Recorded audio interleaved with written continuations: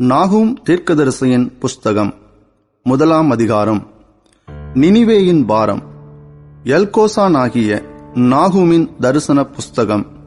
கர்த்தர் எரிச்சலுள்ளவரும் நீதியை சரிக்கட்டுகிறவருமான தேவன். கர்த்தர் நீதியை சரிக்கட்டுகிறவர், உக்கிர கோபமுள்ளவர்.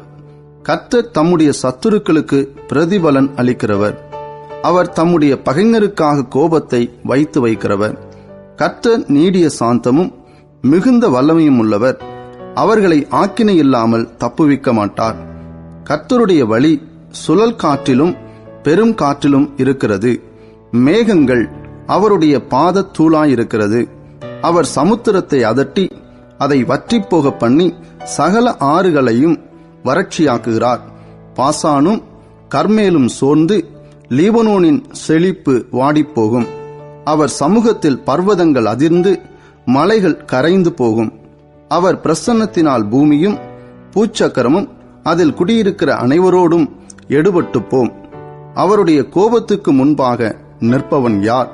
அவருடைய உக்கிர கோபத்திலே தரிப்பவன் யார்? அவருடைய எரிச்சல் அக்கினியைப் போல இறைக்கப்படுகிறது. அவராலே கன்மலைகள் பெயர்க்கப்படும். கர்த்தர் நல்லவர், இக்கட்டு நாளிலே அரணான கோட்டை. தம்மை நம்புகிறவர்களை அறிந்திருக்கிறார். ஆனாலும் நினிவேயின் ஸ்தானத்தை புரண்டு வருகிற வெள்ளத்தினால் சர்வ சங்காரம் பண்ணுவார். இருள் அவர் சத்துருக்களை பின்தொடரும். நீங்கள் கர்த்தருக்கு விரோதமாக செய்ய நினைக்கிறதென்ன? அவர் சர்வ சங்காரம் பண்ணுவார். இடுக்கம் மறுபடியும் உண்டாகாது. அவர்கள் சன்ன பின்னலாயிருக்கிற முச்செடிகளுக்கு ஒப்பாயிருக்கையிலும் தங்கள் மதுபானத்தினால் வெறி கொண்டிருக்கையிலும் அவர்கள் முழுதும் காய்ந்து போன செத்தையைப் போல எரிந்து போவார்கள். கர்த்தருக்கு விரோதமாக பொல்லாத நினைவு கொண்டிருக்கிற துராலோசனைக்காரன் ஒருவன் உன்னிடத்திலிருந்து புறப்பட்டான். கர்த்தர் சொல்லுகிறது என்னவென்றால், அவர்கள் சம்பூர்ணம் அடைந்து அநேகராயிருந்தாலும் அறுப்புண்டு போவார்கள். அவன் ஒளிந்து போவான். உன்னை நான் சிறுமைப்படுத்தினேன், இனி உன்னை சிறுமைப்படுத்தாதிருப்பேன். இப்போதும் நான் உன்மேல் இருக்கிற அவன் நுகத்தை முறித்து உன் கட்டுகளை அறுப்பேன். உன்னை குறித்து கர்த்தர் கட்டளை கொடுத்திருக்கிறார். இனி உன் பேருக்கு வித்து விதைக்கப்படுவதில்லை. உன் தேவர்களின் கோவிலில் இருக்கிற வெட்டப்பட்ட விக்கிரகத்தையும் வார்க்கப்பட்ட விக்கிரகத்தையும் நான் நிர்மூலம் பண்ணுவேன். நீ கனவீனனானபடியால் அதை உனக்கு பிரேத குழியாக்குவேன். இதோ சமாதானத்தை கூறுகிற சுவிசேஷகனுடைய கால்கள் மலைகளின் மேல் வருகிறது. யூதாவே, உன் பண்டிகைகளை ஆசரி, உன் பொருத்தனைகளை செலுத்து. துஷ்டன் இனி உன் வழியாய் கடந்து வருவதில்லை. அவன் முழுவதும் சங்கரிக்கப்பட்டான். நாகூம் 2 அதிகாரம். சிதறடிக்கிறவன் உன் முகத்துக்கு முன்பாக வருகிறான். அரணை காத்துக்கொள், வழியை காவல் பண்ணு, அறையை கெட்டியாய் கட்டிக்கொள். உன் பெலனை மிகவும் ஸ்திரப்படுத்து. வெறுமையாக்குகிறவர்கள் அவர்களை வெறுமையாக்கி அவர்களுடைய திராட்சை கொடிகளை கெடுத்து போட்டாலும், கர்த்தர் யாக்கோபின் மகிமையை திரும்பி வர பண்ணுவது போல் இஸ்ரவேலின் மகிமையையும் திரும்பி வர பண்ணுவார். அவனுடைய பராக்கிரமசாலிகளின் கேடகம் இரத்தமயமாகும். அவனுடைய யுத்த வீரர் இரத்தாம்பரம் தரித்துக் கொண்டிருக்கிறார்கள். அவன் தன்னை ஆயத்தம் பண்ணும் நாளிலே ரதங்கள் ஜுவாலிக்கிற கற்கங்களை உடையதாயிருக்கும். ஈட்டிகள் குலுங்கும். ரதங்கள் தெருக்களில் கடகடவென்றோடி வீதிகளில் இடசாரி வலசாரி வரும். அவைகள் தீவெட்டிகளைப் போல விளங்கி மின்னல்களைப் போல வேகமாய் பறக்கும். அவன் தன் பிரபலஸ்தரை நினைவு கூறுவான். அவர்கள் தங்கள் நடைகளில் இடறி அலங்கத்துக்கு விரைந்து ஓடுவார்கள். மறைவிடம் ஆயத்தப்படுத்தப்படும். ஆறுகளின் மதகுகள் திறக்கப்படும். அரமனை கரைந்து போம். அவன் சிறைப்பட்டு போக தீர்மானமாயிற்று. அவளுடைய தாதிமார்கள் தங்கள் மார்பிலை அடித்துக்கொண்டு புறாக்களைப் போல சத்தமிட்டு கூட போவார்கள். நினிவே பூர்வ காலம் முதல் தண்ணீர் தடாகம் போல் இருந்தது. இப்போதோ அவர்கள் ஓடிப்போகிறார்கள். நில்லுங்கள், நில்லுங்கள் என்றாலும் திரும்பி பார்க்கிறவன் இல்லை. வெள்ளியை கொள்ளையிடுங்கள், பொன்னையும் கொள்ளையிடுங்கள். சம்பத்துக்கு முடிவில்லை. இச்சிக்கப்படத்தக்க சகலவித பொருள்களும் இருக்கிறது. அவள் வெறுமையும் வெளியும் பாழுமாவாள். மனம் கரைந்து போகிறது. முழங்கால்கள் தள்ளாடுகிறது. எல்லா இடுப்புகளிலும் மிகுந்த வேதனை உண்டு. எல்லாருடைய முகங்களும் கருகி போகிறது. சிங்கங்களின் வாசஸ்தலம் எங்கே? பாலசிங்கம் இறை தின்கிற இடம் எங்கே? கிழச்சிங்கமாகிய சிங்கமும் சிங்கக்குட்டிகளும் பயப்படுத்துவாரில்லாமல் சஞ்சரிக்கிற ஸ்தானம் எங்கே? சிங்கம் தன் குட்டிகளுக்கு தேவையானதை பீறி தன் பெண் சிங்கங்களுக்கு வேண்டியதை தொண்டையை பிடித்து கொன்று இரைகளினால் தன் கெபிகளையும் பீறி போட்டவைகளினால் தன் தாவரங்களையும் நிரப்பிற்று. இதோ நான் உனக்கு விரோதமாக வந்து ரதங்களை புகையெழும்ப எரித்து போடுவேன். பட்டயம் உன் பாலசிங்கங்களை பட்சிக்கும். நீ இறைக்காக பிடிக்கும் வேட்டையை தேசத்தில் அற்றுப்போக பண்ணுவேன். உன் ஸ்தானாபதிகளின் சத்தம் இனி கேட்கப்படுவதில்லை என்று சேனைகளின் கர்த்தர் சொல்லுகிறார். நாகும் 3ஆம் அதிகாரம். இரத்தப்பழிகளின் நகரத்திற்கு ஐயோ! அது வஞ்சகத்தினாலும் கொடுமையினாலும் நிறைந்திருக்கிறது. கொள்ளை ஓயாமல் நடக்கிறது. சவுக்குகளின் ஓசையும் உருளைகளின் அதிர்ச்சியும் குதிரைகளின் பாய்ச்சலும் ரதங்கள் கடகடவென்று ஓடுகிற சத்தமும் வீரர் குதிரை ஏறுகிறதும் பட்டயங்கள் துளங்குகிறதும் ஈட்டிகள் மின்னுகிறதும் வெட்டுண்டவர்களின் திரளும் பிரேதங்களின் ஏராளமும் அங்கே உண்டாயிருக்கும். பிணங்களுக்கு தொகையில்லை. அவர்கள் பிணங்களில் இடறி விழுகிறார்கள். தன் வேசித்தனங்களினால் ஜாதிகளையும் தன் சூனியங்களினால் வம்சங்களையும் விற்கிற மகா சூனியக்காரியும் ரூபவதியுமாயிருக்கிற வேசியினுடைய திரளான வேசித்தனங்களின் நிமித்தம் இதோ நான் உனக்கு விரோதமாக வந்து உன் வஸ்திரத்து ஓரங்களை உன் முகமட்டும் தூக்கி எடுத்து ஜாதிகளுக்கு உன் நிர்வாணத்தையும் ராஜ்யங்களுக்கு உன் மானத்தையும் தெரிய பண்ணி உன்மேல் தீட்டானவைகளை எரிந்து உன்னை கனவீனப்படுத்தி உன்னை வேடிக்கையாக்கி போடுவேன் என்று சேனைகளின் கர்த்தர் சொல்லுகிறார். அப்பொழுது உன்னை காண்கிறவனெல்லாம் நினிவே பாழாய் போயிற்று, அதற்காக புலம்புகிறவர் யார்? ஆறுதல் சொல்லுகிறவர்களை உனக்கு எங்கே தேடுவேன் என்று சொல்லி உன்னை விட்டோடி போவான். நதிகள் மத்தியில் இருந்த நோ அம்மோனை பார்க்கிலும் நீ சிரேஷ்டமோ? அதை சுற்றிலும் தண்ணீர் இருந்தது. சமுத்திரம் அதன் அரணும் சமுத்திரக்கால் அதன் மதிலுமாயிருந்தது. எத்தியோப்பியாவும் எகிப்தும் எண்ணிறந்த சேனையால் அதற்கு பெலனாக இருந்தது. பூத்தும் லூபிமும் அதற்கு சகாயமாயிருந்தது. ஆயினும் அவள் குடிவிலக்கப்பட்டு சிறையிருப்பிலே கொண்டு போகப்பட்டாள். அவள் குழந்தைகள் எல்லா வீதிகளின் முகனைகளிலும் மோதியடிக்கப்பட்டார்கள். அவளுடைய கணவான்கள் பேரில் சீட்டு போட்டார்கள். அவளுடைய பெரியவர்கள் எல்லாரும் சங்கிலிகளால் கட்டப்பட்டார்கள். நீயும் வெறிகொண்டு ஒளித்துக் கொள்வாய். நீயும் உன் சத்துருவுக்கு தப்ப அரணான கோட்டையை தேடுவாய். உன் அரண்களெல்லாம் முதல் பழுக்கும் பழங்களுள்ள அத்தி மரங்களைப் போலிருக்கும். அவைகள் குலுக்கப்பட்டால் அவைகளின் பழம் தின்கிறவன் வாயிலே விழும். இதோ உன் நடுவில் இருக்கிற ஜனங்கள் பேடிகள். உன் தேசத்தின் வாசல்கள் உன் சத்துருவுக்கு முன் திறவுண்டு போகும். அக்கினி உன் தாழ்பால்களை பட்சிக்கும். முற்றுகைக்கு தண்ணீர் மொண்டுவை. உன் அரண்களை பலப்படுத்து. சேற்றிலே போய் களிமண்ணை மிதி. சூளையை கெட்டிப்படுத்து. அங்கே அக்கினி உன்னை பட்சிக்கும். பட்டயம் உன்னை சங்கரிக்கும். அது பச்சை கிளிகளைப் போல் உன்னை பட்சித்து போடும். உன்னை பச்சை கிளிகளத்தனை ஆக்கிக்கொள். உன்னை வெட்டு கிளிகளத்தனை ஆக்கிக்கொள். உன் வர்த்தகரை வானத்து நட்சத்திரங்களிலும் அதிகமாக்கினாய். இந்த பச்சை கிளிகள் பரவி பறந்து போகும். உன் மகுடவர்த்தனர் வெட்டுக்கிளிகளுக்கும் உன் தள கற்றர் பெருங்கிளிகளுக்கும் சமானமாயிருக்கிறார்கள். அவைகள் குளிர்ச்சியான நாளில் வேலிகளில் பாளையம் இறங்கி சூரியன் உதித்த மாத்திரத்தில் பறந்து போம். பின்பு அவைகள் இருக்கும் இடம் இன்னதென்று தெரியாது. அசிரிய ராஜாவே, உன் மேய்ப்பர்கள் உறங்குவார்கள். உன் பிரபலஸ்தர் படுத்திருப்பார்கள். உன் ஜனங்கள் பர்வதங்களின் மேல் சிதறியிருக்கிறார்கள். அவைகளை கூட்டிச் சேர்ப்பவன் இல்லை. உன் நொறுங்குதலுக்கு பரிகாரம் இல்லை. உன் காயம் கொடியது. உன் செய்தியை கேட்பவர் யாவரும் உன் பேரில் கை கொட்டுவார்கள். உன் பொல்லாப்பு எந்நேரமும் யார் பேரிலேதான் பாயாமல் போயிற்று? ஆபகூக் தீர்க்கதரிசியின் புஸ்தகம் 1ஆம் அதிகாரம். ஆபகூக் என்னும் தீர்க்கதரிசி தரிசனமாய் கண்டபாரம். கர்த்தாவே, நான் எதுவரைக்கும் உம்மை நோக்கி கூப்பிடுவேன்? நீர் கேளாமல் இருக்கிறீரே. கொடுமையின் நிமித்தம் நான் எதுவரைக்கும் உம்மை நோக்கி கூப்பிடுவேன்? நீர் ரட்சியாமல் இருக்கிறீரே. நீர் எனக்கு அக்கிரமத்தை காண்பித்து என்னை தீவினையை பார்க்க பண்ணுகிறதென்ன? கொள்ளையும் கொடுமையும் எனக்கு எதிரே நிற்கிறது. வழக்கையும் வாதையும் எழுப்புகிறவர்கள் உண்டு. ஆகையால் நியாய பிரமாணம் பலனற்றதாகி நியாயம் ஒருபோதும் செல்லாமற் போகிறது. துன்மார்க்கன் நீதிமானை வளைந்து கொள்ளுகிறான். ஆதலால் நியாயம் புரட்டப்படுகிறது. நீங்கள் புறஜாதிகளை நோக்கி பார்த்து ஆச்சரியப்பட்டு பிரமியுங்கள்.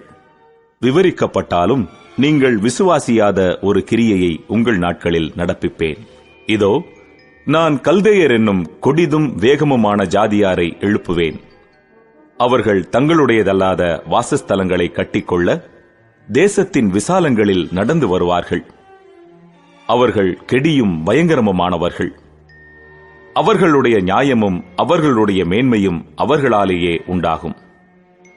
அவர்களுடைய குதிரைகள் சிவிங்கிகளிலும் வேகமும் சாயங்காலத்தில் தெரிகிற ஓநாய்களிலும் தீவிரமுமாயிருக்கும்.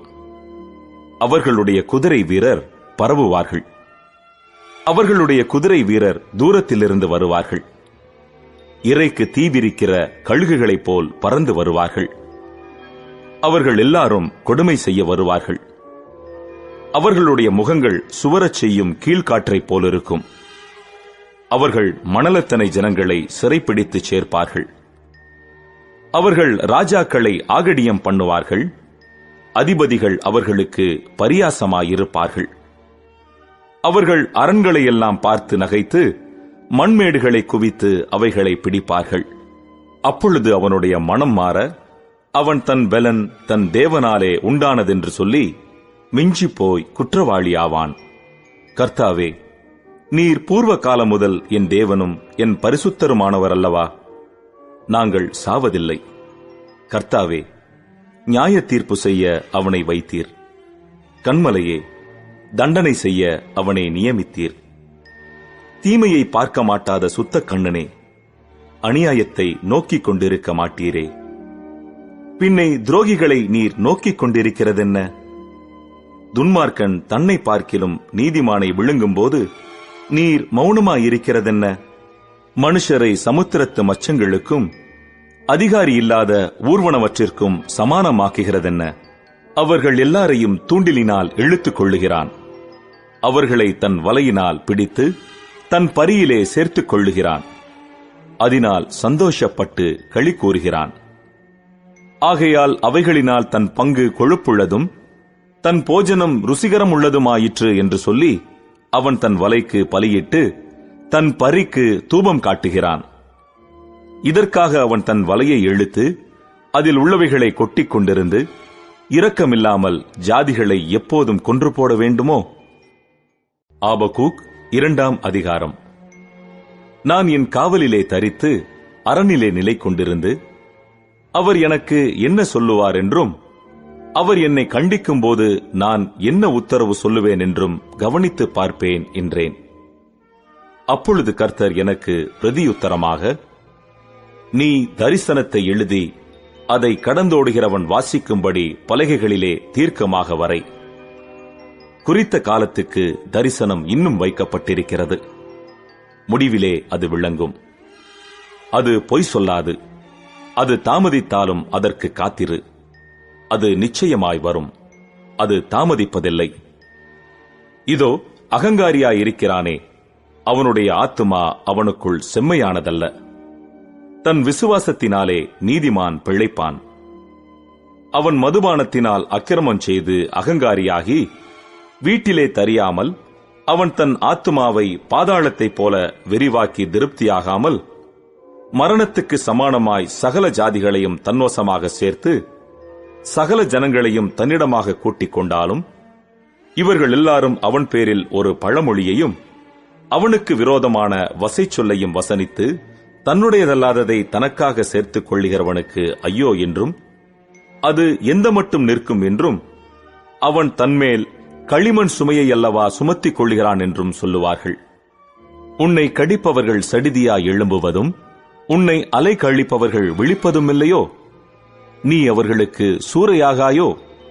நீ அநேகம் ஜாதிகளை கொள்ளையிட்டபடியினால் ஜனங்களில் மீதியான யாவரும் நீ சிந்தின மனுஷ ரத்தத்தின் நிமித்தமும் நீ செய்த கொடுமையின் நிமித்தமும் உன்னை கொள்ளையிடுவார்கள். தீமையின் வல்லமைக்கு தப்ப வேண்டும் என்று தன் கூட்டை உயரத்திலே வைக்கும்படிக்கு தன் வீட்டுக்கு பொல்லாத ஆதாயத்தை தேடுகிறவனுக்கு ஐயோ! அநேக ஜனங்களை வெட்டி போட்டதினால் உன் வீட்டுக்கு வெட்கமுண்டாக ஆலோசனை பண்ணினாய். உன் ஆத்துமாவுக்கு விரோதமாய் பாவம் செய்தாய். கல்லு சுவரிலிருந்து கூப்பிடும், உத்திரம் மச்சிலிருந்து சாட்சியிடும். இரத்த பழிகளாலே பட்டணத்தை கட்டி அநியாயத்தினாலே நகரத்தை பலப்படுத்துகிறவனுக்கு ஐயோ! இதோ ஜனங்கள் அக்கினிக்கு இரையாக உழைத்து ஜனங்கள் விருதாவாக இழைத்து போகிறது கர்த்தருடைய செயல் அல்லவோ? சமுத்திரம் ஜலத்தினால் நிறைந்திருக்கிறது போல் பூமி கர்த்தருடைய மகிமையை அறிகிற அறிவினால் நிறைந்திருக்கும். தன் தோழருக்கு குடிக்க கொடுத்து தன் துருத்தியை அவர்கள் அண்டையிலே வைத்து அவர்களுடைய நிர்வாணங்களை பார்க்கும்படிக்கு அவர்களை வெறிக்க பண்ணுகிறவனுக்கு ஐயோ! நீ மகிமையினால் அல்ல, லச்சையினால் நிரப்பப்படுவாய். நீயும் குடித்து விருத்த சேதனமில்லாதவன் என்று விளங்கு. கர்த்தருடைய வலதுகையில் இருக்கிற பாத்திரம் உன்னிடத்திற்கு திரும்பும். உன் மகிமையின் மேல் லச்சையான வாந்தி பண்ணுவாய். லீபனோனுக்கு செய்த கொடுமை உன்னை மூடும். சிந்தின மனுஷ இரத்தத்தின் நிமித்தமும் தேசத்திற்கும் பட்டணத்திற்கும் அதன் குடிகள் எல்லாருக்கும் செய்த கொடுமையின் நிமித்தமும் மிருகங்கள் செய்யும் பாழ்கடிப்பு உன்னை கலங்க பண்ணும். சித்திரக்காரனுக்கு அவன் செய்த சுரூபமும் ஊமையான தெய்வங்களை உண்டு பண்ணி தான் உருவாக்கின சுரூபத்தை நம்பினவனுக்கு வார்க்கப்பட்டதும் பொய்போதகம் பண்ணுகிறதுமான விக்கிரகமும் என்னத்துக்கு உதவும்? மரத்தை பார்த்து விழி என்றும் ஊமையான கல்லை பார்த்து எழும்பு என்றும் சொல்லுகிறவனுக்கு ஐயோ! அது போதிக்குமோ? இதோ அது பொன்னும் வெள்ளியுமான தகட்டால் மூடப்பட்டிருக்கிறது, அதற்குள்ளே சுவாசம் இல்லையே. கர்த்தரோவென்றால் தமது பரிசுத்த ஆலயத்தில் இருக்கிறார். பூமியெல்லாம் அவருக்கு முன்பாக மௌனமாயிருக்க கடவது. ஆபகூக் 3ஆம் அதிகாரம். ஆபகூக் தீர்க்கதரிசி சிகாயோனில் பாடின விண்ணப்பம். கர்த்தாவே, நீர் வெளிப்படுத்தினதை நான் கேட்டேன், எனக்கு பயம் உண்டாயிற்று. கர்த்தாவே, வருஷங்களின் நடுவிலே உம்முடைய கிரியையை உயிர்ப்பியும், வருஷங்களின் நடுவிலே அதை விளங்க பண்ணும். கோபித்தாலும் இரக்கத்தை நினைத்தருளும். தேவன் தேமானிலிருந்தும் பரிசுத்தர் பாரான் பர்வதத்திலிருந்தும் வந்தார். அவருடைய மகிமை வானங்களை மூடிக்கொண்டது. அவர் துதியினால் பூமி நிறைந்தது. அவருடைய பிரகாசம் சூரியனைப் போலிருந்தது. அவருடைய கரத்திலிருந்து கிரணங்கள் வீசின. அங்கே அவருடைய பராக்கிரமம் மறைந்திருந்தது. அவருக்கு முன்பாக கொள்ளை நோய் சென்றது. அவர் அடிகளிலிருந்து எரிபந்தமான காய்ச்சல் புறப்பட்டது. அவர் நின்று பூமியை அளந்தார். அவர் பார்த்து புறஜாதிகளை கரையப் பண்ணினார். பூர்வ பர்வதங்கள் சிதறடிக்கப்பட்டது. என்றுமுள்ள மலைகள் தாழ்ந்தது. அவருடைய நடைகள் நித்திய நடைகளாயிருந்தது. கூஷானின் கூடாரங்கள் வருத்தத்தில் அகப்பட்டிருக்க கண்டேன். மீதியான் தேசத்தின் திரைகள் நடுங்கின. கர்த்தர் நதிகளின் மேல் கோபமாயிருந்தாரோ? தேவரீர் உம்முடைய குதிரைகளின் மேலும் ரட்சிப்பு உண்டாக்குகிற உம்முடைய ரதங்களின் மேலும் ஏறி வருகிற போது உமது கோபம் நதிகளுக்கும் உமது சினம் சமுத்திரத்திற்கும் விரோதமாயிருந்ததோ? கோத்திரங்களுக்கு ஆணையிட்டு கொடுத்த வாக்கின்படியே உம்முடைய வில் நாணேற்றப்பட்டதாக விளங்கினது. நீர் பூமியை பிளந்து ஆறுகளை உண்டாக்கினீர். பர்வதங்கள் உம்மை கண்டு நடுங்கின. ஜலம் பிரவாகித்து கடந்து போயிற்று. ஆழி இறைந்தது, அதன் கைகளை உயர எடுத்தது. சந்திரனும் சூரியனும் தன் தன் மண்டலத்தில் நின்றன. உமது அம்புகளின் ஜோதியிலும் உமது ஈட்டியினுடைய மின்னல் பிரகாசத்திலும் நடந்தன. நீர் கோபத்தோடே பூமியில் நடந்தீர். உக்கிரத்தோடே ஜாதிகளை போரடித்தீர். உமது ஜனத்தின் ரட்சிப்புக்காகவும் நீர் அபிஷேகம் பண்ணுவித்தவனின் ரட்சிப்புக்காகவுமே நீர் புறப்பட்டீர். கழுத்தளவாக அஸ்திபாரத்தை திறப்பாக்கி துஷ்டனுடைய வீட்டிலிருந்த தலைவனை வெட்டினீர். என்னை சிதறடிப்பதற்கு பெருங்காற்றைப் போல் வந்தார்கள். சிறுமையானவனை மறைவிடத்திலே பட்சிப்பது அவர்களுக்கு சந்தோஷமாயிருந்தது. நீர் அவனுடைய ஈட்டிகளினாலேயே அவனுடைய கிராமத்து அதிபதிகளை உருவ குத்தினீர். திரளான தண்ணீர் குவியலாகிய சமுத்திரத்துக்குள் உமது குதிரைகளோடே நடந்து போனீர். நான் கேட்ட பொழுது என் குடல் குழம்பிற்று. அந்த சத்தத்துக்கு என் உதடுகள் துடித்தது. என் எலும்புகளில் உக்கல் உண்டாயிற்று. என் நிலையிலே நடுங்கினேன். ஆனாலும் எங்களோட எதிர்க்கும் ஜனங்கள் வரும்போது இக்கட்டு நாளிலே நான் இளைப்பாறுதல் அடைவேன். அத்திமரம் துளிர் விடாமற் போனாலும், திராட்சை செடிகளில் பழம் உண்டாகாமற் போனாலும், ஒலிவ மரத்தின் பலன் அற்றுப் போனாலும், வயல்கள் தானியத்தை விளைவியாமற் போனாலும், கிடையில் ஆட்டு மந்தைகள் முதலற்று போனாலும், தொழுவத்திலே மாடு இல்லாமற் போனாலும், நான் கர்த்தருக்குள் மகிழ்ச்சியாயிருப்பேன். என் இரட்சிப்பின் தேவனுக்குள் களி கூறுவேன். ஆண்டவராகிய கர்த்தர் என் பலன். அவர் என் கால்களை மான் கால்களைப் போலாக்கி உயரமான ஸ்தலங்களில் என்னை நடக்க பண்ணுவார். இது நெகினோத் என்னும் வாத்தியத்தில் வாசிக்க ராகத் தலைவனுக்கு ஒப்புவிக்கப்பட்ட சங்கீதம். செப்பனியா தீர்க்கதரிசியின் புஸ்தகம் 1 அதிகாரம். ஆமோனின் புத்திரனாகிய யோசியா என்னும் யூதா ராஜாவின் நாட்களிலே எஸ்கியாவின் குமாரனாகிய ஆமரியாவுக்கு குமாரனான கெதலியா என்பவனுடைய மகனாகிய கூஷின் குமாரன் செப்பனியாவுக்கு உண்டான கர்த்தருடைய வசனம். தேசத்தில் உண்டானதை எல்லாம் முற்றிலும் வாரிக்கொள்ளுவேன் என்று கர்த்தர் சொல்லுகிறார். மனுஷரையும் மிருக ஜீவன்களையும் வாரிக்கொள்ளுவேன். நான் ஆகாயத்து பறவைகளையும் சமுத்திரத்து மச்சங்களையும் இடறுகிறதற்கு ஏதுவானவைகளையும் துன்மார்க்கரோடே கூட வாரிக்கொண்டு தேசத்தில் உண்டான மனுஷரை சங்காரம் பண்ணுவேன் என்று கர்த்தர் சொல்லுகிறார். நான் யூதாவின் மேலும் எருசலேமிலுள்ள எல்லா குடிகளின் மேலும் என் கையை நீட்டி பாகாலில் மீதியாயிருக்கிறதையும் ஆசாரியர்களோடே கூட கெம்மரிம் என்பவர்களின் பேரையும் வீடுகளின் மேல் வான சேனையை பணிகிறவர்களையும் கர்த்தர் பேரில் ஆணையிட்டு மல்காமின் பேரிலும் ஆணையிட்டு பணிகிறவர்களையும் கர்த்தரை விட்டு பின்வாங்குகிறவர்களையும் கர்த்தரை தேடாமலும் அவரை குறித்து விசாரியாமலும் இருக்கிறவர்களையும் இவ்விடத்தில் இராதபடிக்கு சங்காரம் பண்ணுவேன். கர்த்தராகிய ஆண்டவருக்கு முன்பாக மௌனமாயிருங்கள். கர்த்தருடைய நாள் சமீபித்திருக்கிறது. கர்த்தர் ஒரு யாகத்தை ஆயத்தம் பண்ணி அதற்கு விருந்தாளிகளையும் அழைத்திருக்கிறார். கர்த்தருடைய யாகத்தின் நாளிலே நான் அதிபதிகளையும் ராஜகுமாரரையும் மறுதேசத்து வஸ்திரம் தரிக்கிற யாவரையும் தண்டிப்பேன்.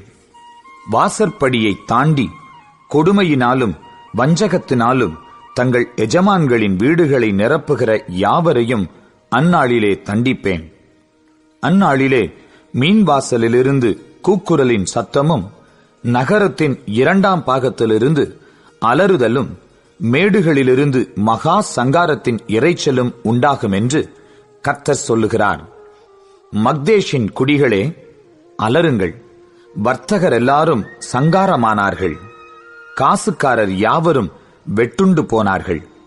அக்காலத்திலே நான் எருசலேமை விளக்கு கொளுத்தி சோதித்து வண்டல் போல குழம்பி இருக்கிறவர்களும் கர்த்தர் நன்மை செய்வதும் இல்லை தீமை செய்வதும் இல்லை என்று தங்கள் இருதயத்தில் சொல்லுகிறவர்களுமான மனுஷரை தண்டிப்பேன். அவர்களுடைய ஆஸ்தி கொள்ளையாகும். அவர்களுடைய வீடுகள் பாழாய்ப்போகும். அவர்கள் வீடுகளை கட்டியும் அவைகளில் குடியிருக்க மாட்டார்கள். அவர்கள் திராட்சத் தோட்டங்களை நாட்டியும் அவைகளின் பழரசத்தை குடிப்பதில்லை. கர்த்தருடைய பெரிய நாள் சமீபித்திருக்கிறது. அது கிட்டிச் சேர்ந்து மிகவும் தீவிரித்து வருகிறது. கர்த்தருடைய நாள் என்கிற சத்தத்துக்கு பராக்கிரமசாலி முதலாய் அங்கே மனங்கசந்து அலறுவான். அந்த நாள் உக்கிரத்தின் நாள். அது இக்கட்டும் இடுக்கமுமான நாள். அது அழிவும் பாழ்கடிப்புமான நாள். அது இருளும் அந்தகாரமுமான நாள். அது மப்பும் மந்தாரமுமான நாள். அது அரணிப்பான நகரங்களுக்கும் உயரமான கொத்தளங்களுக்கும் விரோதமாக எக்காளம் ஊதுகிறதும் ஆர்ப்பரிக்கிறதுமான நாள். மனுஷர் கர்த்தருக்கு விரோதமாய் பாவம் செய்தபடியால் அவர்கள் குருடரைப் போல் நடக்கும்படி நான் அவர்களை வருத்தப்படுத்துவேன். அவர்கள் இரத்தம் புழுதியைப் போல் சொரியப்படும். அவர்கள் மாம்சம் எருவைப் போல் கிடக்கும். கர்த்தருடைய உக்கிரத்தின் நாளிலே அவர்கள் வெள்ளியும் அவர்கள் பொன்னும் அவர்களை தப்புவிக்க மாட்டாது. அவருடைய எரிச்சலின் அக்கினியினால் தேசமெல்லாம் அழியும். தேசத்தின் குடிகளையெல்லாம் சடிதியாய் நிர்மூலம் பண்ணுவார். செப்பனியா 2ஆம் அதிகாரம். விரும்பப்படாத ஜாதியே, கட்டளை பிறக்கும் முன்னும் பதரை போல நாள் பறந்து போகும் முன்னும் கர்த்தருடைய உக்கிர கோபம் உங்கள் மேல் இறங்கும் முன்னும் கர்த்தருடைய கோபத்தின் நாள் உங்கள் மேல் வரும் முன்னும் நீங்கள் உங்களை உய்த்து ஆராய்ந்து சோதியுங்கள். தேசத்திலுள்ள எல்லா சிறுமையானவர்களே, கர்த்தருடைய நியாயத்தை நடப்பிக்கிறவர்களே, அவரை தேடுங்கள். நீதியை தேடுங்கள், மனத்தாழ்மையை தேடுங்கள். அப்பொழுது ஒருவேளை கர்த்தருடைய கோபத்தின் நாளிலே மறைக்கப்படுவீர்கள். காத்சா குடியற்று அஸ்கலோன் பாழாகும். அஸ்தோத்தை பட்ட பகலிலே பறக்கடிப்பார்கள். எக்ரோன் வேரோடே பிடுங்கப்படும். சமுத்திரக்கரை குடிகளாகிய கிரேத்தியருக்கு ஐயோ! பெலிஸ்தரின் தேசமாகிய கானானே, கர்த்தருடைய வார்த்தை உனக்கு விரோதமாயிருக்கிறது. இனி உன்னில் குடியில்லாதபடிக்கு உன்னை அழிப்பேன். சமுத்திரக்கரை தேசம் மேய்ப்பர் தங்கும் குடில்களும் ஆட்டுத் தோளங்களும் ஆகும். அந்த தேசம் யூதா வம்சத்தாரில் மீதியானவர்களின் வசமாகும். அவர்கள் அவ்விடங்களில் மந்தை மேய்ப்பார்கள். அஸ்கலோனின் வீடுகளிலே சாயங்காலத்திலே படுத்துக் கொள்வார்கள். அவர்களுடைய தேவனாகிய கர்த்தர் அவர்களை விசாரித்து அவர்கள் சிறையிருப்பை திருப்புவார். மோவாப் செய்த நிந்தனையையும் அம்மோன் புத்திரர் என் ஜனத்தை நிந்தித்து அவர்கள் எல்லையை கடந்து பெருமை பாராட்டிச் சொன்ன தூஷணங்களையும் கேட்டேன். ஆகையால் மோவாப் சோதோமை போலும் அம்மோன் புத்திரரின் தேசம் கொமோராவை போலுமாகி காஞ்சுரி படரும் இடமும் உப்பு பள்ளமும் நித்திய பாழுமாயிருக்கும். என் ஜனத்தில் மீந்தவர்கள் அவர்களை கொள்ளையிட்டு என் ஜாதியில் மீதியானவர்கள் அவர்களை சுதந்தரித்துக் கொள்வார்கள் என்பதை என் ஜீவனைக் கொண்டு சொல்லுகிறேன் என்று இஸ்ரவேலின் தேவனாகிய சேனைகளின் கர்த்தர் உரைக்கிறார். அவர்கள் சேனைகளுடைய கர்த்தரின் ஜனத்துக்கு விரோதமாய் பெருமை பாராட்டி அவர்களை நிந்தித்தபடியினால் இது அவர்கள் அகங்காரத்துக்கு பதிலாக அவர்களுக்கு கிடைக்கும். கர்த்தர் அவர்கள் மேல் கெடியாயிருப்பார். பூமியிலுள்ள தேவர்களை எல்லாம் மெலிந்து போக பண்ணுவார். அப்பொழுது தீவுகளிலுள்ள சகல புறஜாதிகளும் அவரவர் தங்கள் தங்கள் ஸ்தானத்திலிருந்து அவரை பணிந்து கொள்வார்கள். எத்தியோப்பியராகிய நீங்களும் என் பட்டயத்தினால் கொலை செய்யப்படுவீர்கள். அவர் தமது கையை வடதேசத்துக்கு விரோதமாய் நீட்டி அசீரியாவை அழித்து நினிவேயை பாழும் வனாந்தரத்துக்கொத்த வறட்சியுமான ஸ்தலமாக்குவார். அதன் நடுவில் மந்தைகளும் ஜாதி ஜாதியான சகல மிருகங்களும் படுத்துக்கொள்ளும். அதனுடைய சிகரங்களின் மேல் நாரையும் கோட்டானும் ராத்தங்கும். பலகனிகளில் கூவுகிற சத்தம் பிறக்கும். வாசற்படிகளில் பாழ்கடிப்பு இருக்கும். கேதுரு மரங்களின் மச்சை திறப்பாக்கிப் போடுவார். நான் தான், என்னைத் தவிர வேறொருவரும் இல்லை என்று தன் இருதயத்தில் சொல்லி நிர்விசாரமாய் வாழ்ந்து களி கூர்ந்திருந்த நகரம் இதுவே. இது பாழும் மிருக ஜீவன்களின் தாபரவுமாய் போய்விட்டதே. அதின் வழியாய் போகிறவன் எவனும் ஈசல் போட்டு தன் கையை கொட்டுவான். செப்பனியா 3ஆம் அதிகாரம். இடுக்கண் செய்து ஊத்தையும் அழுக்குமாயிருக்கிற நகரத்துக்கு ஐயோ! அது சத்தத்துக்கு செவி கொடுக்கவில்லை. அது கடிந்து கொள்ளுதலை ஏற்றுக்கொள்ளவில்லை. அது கர்த்தரை நம்பவில்லை. அது தன் தேவனிடத்தில் சேரவில்லை. அதற்குள்ளே இருக்கிற அதன் அதிபதிகள் கெர்ச்சிக்கிற சிங்கங்கள். அதன் நியாயாதிபதிகள் சாயங்காலத்தில் புறப்படுகிறதும் விடியற்காலம் மட்டும் ஒரு எலும்பையும் மீதியாக வைக்காததுமான ஓநாய்கள். அதன் தீர்க்கதரிசிகள் வீண் பெருமையும் வஞ்சகமும் உள்ளவர்கள். அதன் ஆசாரியர்கள் பரிசுத்த ஸ்தலத்தை பரிசுத்த குலைச்சலாக்கி வேதத்துக்கு அநியாயம் செய்தார்கள். அதற்குள் இருக்கிற கர்த்தர் நீதியுள்ளவர். அவர் அநியாயம் செய்வதில்லை. அவர் குறைவில்லாமல் காலைதோறும் தம்முடைய நியாயத்தை விளங்க பண்ணுகிறார். அநியாயக்காரனோ வெட்கம் அறியான். ஜாதிகளை சங்கரித்தேன், அவர்கள் துருகங்கள் பாழாயின. அவர்களுடைய வீதிகளை ஒருவரும் கடந்து போகாதபடிக்கு பாழாக்கினேன். அவர்களுடைய பட்டணங்கள் மனுஷர் இல்லாதபடிக்கும் குடியில்லாதபடிக்கும் அவாந்தரையாயின. உன் வாசஸ்தலம் நிர்மூலமாகாதபடிக்கு நீ எனக்கு பயந்து கடிந்து கொள்ளுதலை ஏற்றுக்கொள் என்றேன். நான் அவர்களை எப்படி தண்டித்தாலும் அவர்கள் அதிகாலையில் எழுந்து தங்கள் கிரியைகளையெல்லாம் கேடாக்கினார்கள். ஆகையால் நான் கொள்ளையாட எழும்பும் நாள் மட்டும் எனக்கு காத்திருங்கள் என்று கர்த்தர் சொல்லுகிறார். என் சினமாகிய உக்கிர கோபத்தை எல்லாம் அவர்கள் மேல் சொரியும்படி ஜாதிகளை சேர்க்கவும் ராஜ்யங்களை கூட்டவும் நான் தீர்மானம் பண்ணினேன். பூமியெல்லாம் என் எரிச்சலின் அக்கினியினால் அழியும். அப்பொழுது ஜனங்கள் எல்லாரும் கர்த்தருடைய நாமத்தை தொழுது கொண்டு ஒருமனப்பட்டு அவருக்கு ஆராதனை செய்யும்படிக்கு நான் அவர்கள் பாஷையை சுத்தமான பாஷையாக மாற பண்ணுவேன். எத்தியோப்பியாவின் நதிகளுக்கு அக்கறையிலிருந்து என்னிடத்தில் விண்ணப்பம் பண்ணுகிறவர்களாகிய சிதறடிக்கப்பட்டவர்களின் குமாரத்தியானவள் எனக்கு காணிக்கை கொண்டு வருவாள். எனக்கு விரோதமாய் துரோகம் பண்ணி நீ செய்த உன் எல்லா கிரியைகளின் நிமித்தமும் அந்நாளிலே வெட்கப்படாதிருப்பாய். அப்பொழுது நான் உன் பெருமையை குறித்து களி கூர்ந்தவர்களை உன் நடுவிலிருந்து விலக்கி விடுவேன். நீ இனி என் பரிசுத்த பர்வதத்தில் அகங்காரம் கொள்ள மாட்டாய். உன் நடுவில் சிறுமையும் எளிமையுமான ஜனத்தை மீதியாக வைப்பேன். அவர்கள் கர்த்தருடைய நாமத்தின் மேல் நம்பிக்கையாயிருப்பார்கள். இஸ்ரவேலில் மீதியானவர்கள் அநியாயம் செய்வதில்லை, அவர்கள் பொய் பேசுவதும் இல்லை. வஞ்சக நாவு அவர்கள் வாயில் கண்டுபிடிக்கப்படுவதும் இல்லை. அவர்கள் தங்களை பயப்படுத்துவாரில்லாமல் புசித்து படுத்துக் கொள்வார்கள். சீயோன் குமாரத்தியே, கெம்பீரித்து பாடு. இஸ்ரவேலரே, ஆர்ப்பரியுங்கள்.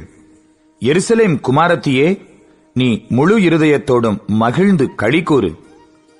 கர்த்தர் உன் ஆக்கினைகளை அகற்றி உன் சத்துருக்களை விலக்கினார்.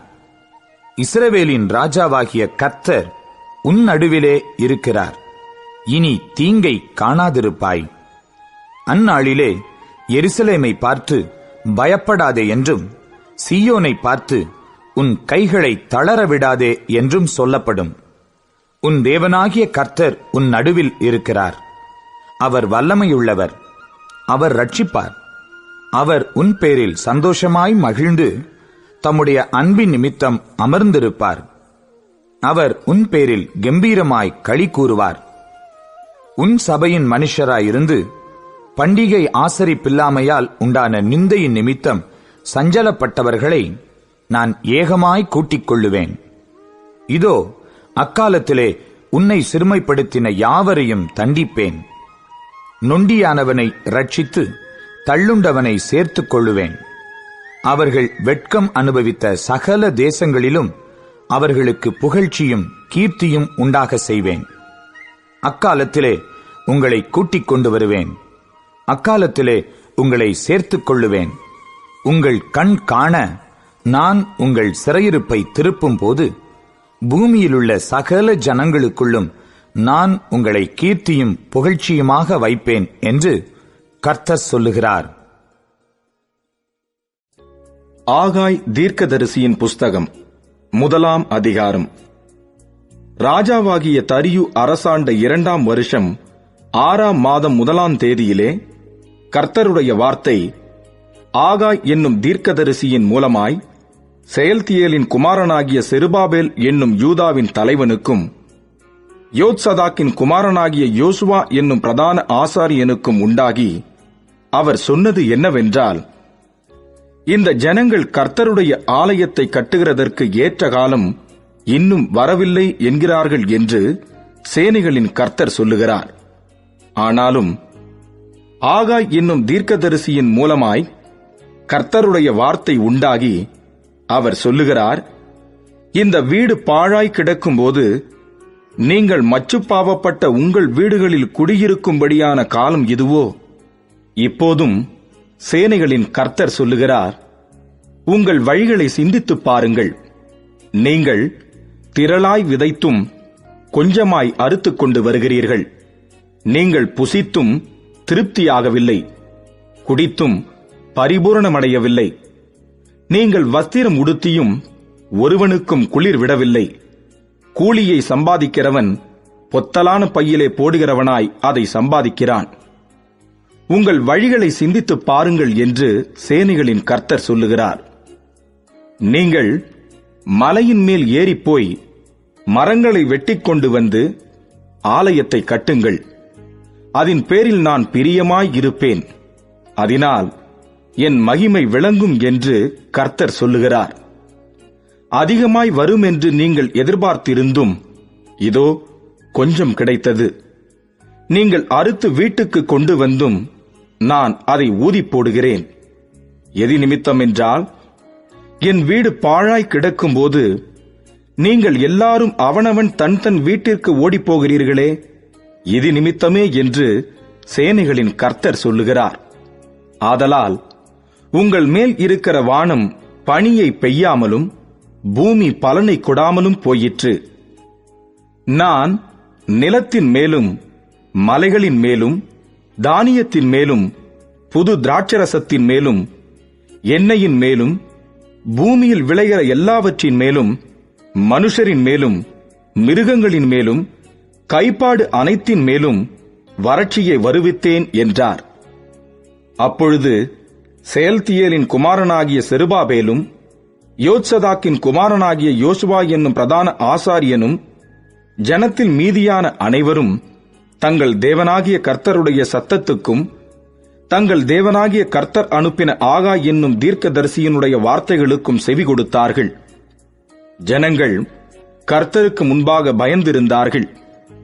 அப்பொழுது கர்த்தருடைய தூதனாகிய ஆகாய் கர்த்தர் தூதனுப்பிய வார்த்தையின்படி ஜனங்களை நோக்கி, நான் உங்களோடே இருக்கிறேன் என்று கர்த்தர் சொல்லுகிறார் என்றான். பின்பு கர்த்தர் செயல்தியேலின் குமாரனாகிய செருபாபேல் என்னும் யூதாவின் தலைவனுடைய ஆவியையும் யோத்சதாக்கின் குமாரனாகிய யோசுவா என்னும் பிரதான ஆசாரியனுடைய ஆவியையும் ஜனத்தில் மீதியான எல்லாருடைய ஆவியையும் எழுப்பினார். அவர்கள் வந்து தங்கள் தேவனாகிய சேனைகளுடைய கர்த்தரின் ஆலயத்திலே வேலை செய்தார்கள். தரியு ராஜாவின் 2ஆம் வருஷம் 6ஆம் மாதம் 24ஆம் தேதியிலே இது நடந்தது. ஆகாய் தீர்க்கதரிசியின் புஸ்தகம் 2ஆம் அதிகாரம். 7ஆம் மாதம் 21ஆம் தேதியிலே ஆகாய் என்னும் தீர்க்கதரிசியின் மூலமாய் கர்த்தருடைய வார்த்தை உண்டாயிற்று. அவர், நீ செயல்தியேலின் குமாரனாகிய செருபாபேல் என்னும் யூதாவின் தலைவனோடும் யோத்சதாக்கின் குமாரனாகிய யோசுவா என்னும் பிரதான ஆசாரியனோடும் ஜனத்தில் மீதியானவர்களோடும் சொல்ல வேண்டியது என்னவென்றால், இந்த ஆலயத்தின் முந்தின மகிமையை கண்டவர்களில் உங்களுக்குள்ளே மீந்திருக்கிறவர்கள் யார்? இப்பொழுது இது உங்களுக்கு எப்படி காண்கிறது? அதற்கு இது உங்கள் பார்வையில் ஒன்றுமில்லாதது போல் காண்கிறதல்லவா? ஆனாலும் செருபாபேலே, நீ திடன்கொள் என்று கர்த்தர் சொல்லுகிறார். யோத்சதாக்கின் குமாரனாகிய யோசுவா என்னும் பிரதான ஆசாரியனே, நீ திடன்கொள். தேசத்தின் எல்லா ஜனங்களே, நீங்கள் திடன் கொள்ளுங்கள், வேலையை நடத்துங்கள் என்று கர்த்தர் சொல்லுகிறார். நான் உங்களுடனே இருக்கிறேன் என்று சேனைகளின் கர்த்தர் சொல்லுகிறார். நீங்கள் எகிப்திலிருந்து புறப்படுகிற போது நான் உங்களோட உடன்படிக்கை பண்ணின வார்த்தையின்படியே என் ஆவியானவரும் உங்கள் நடுவில் நிலை கொண்டிருப்பார். பயப்படாதேயுங்கள். சேனைகளின் கர்த்தர் சொல்லுகிறார், கொஞ்ச காலத்துக்குள்ளே இன்னும் ஒரு தரம் நான் வானத்தையும் பூமியையும் சமுத்திரத்தையும் வெட்டாந்தரையையும் அசைய பண்ணுவேன். சகல ஜாதிகளையும் அசைய பண்ணுவேன்.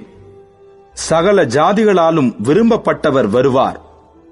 இந்த ஆலயத்தை மகிமையினால் நிறைய பண்ணுவேன் என்று சேனைகளின் கர்த்தர் சொல்லுகிறார், வெள்ளியும் என்னுடையது, பொன்னும் என்னுடையது என்று சேனைகளின் கர்த்தர் சொல்லுகிறார். முந்தின ஆலயத்தின் மகிமையை பார்க்கிலும் இந்த பிந்தின ஆலயத்தின் மகிமை பெரிதாயிருக்கும் என்று சேனைகளின் கர்த்தர் சொல்லுகிறார்.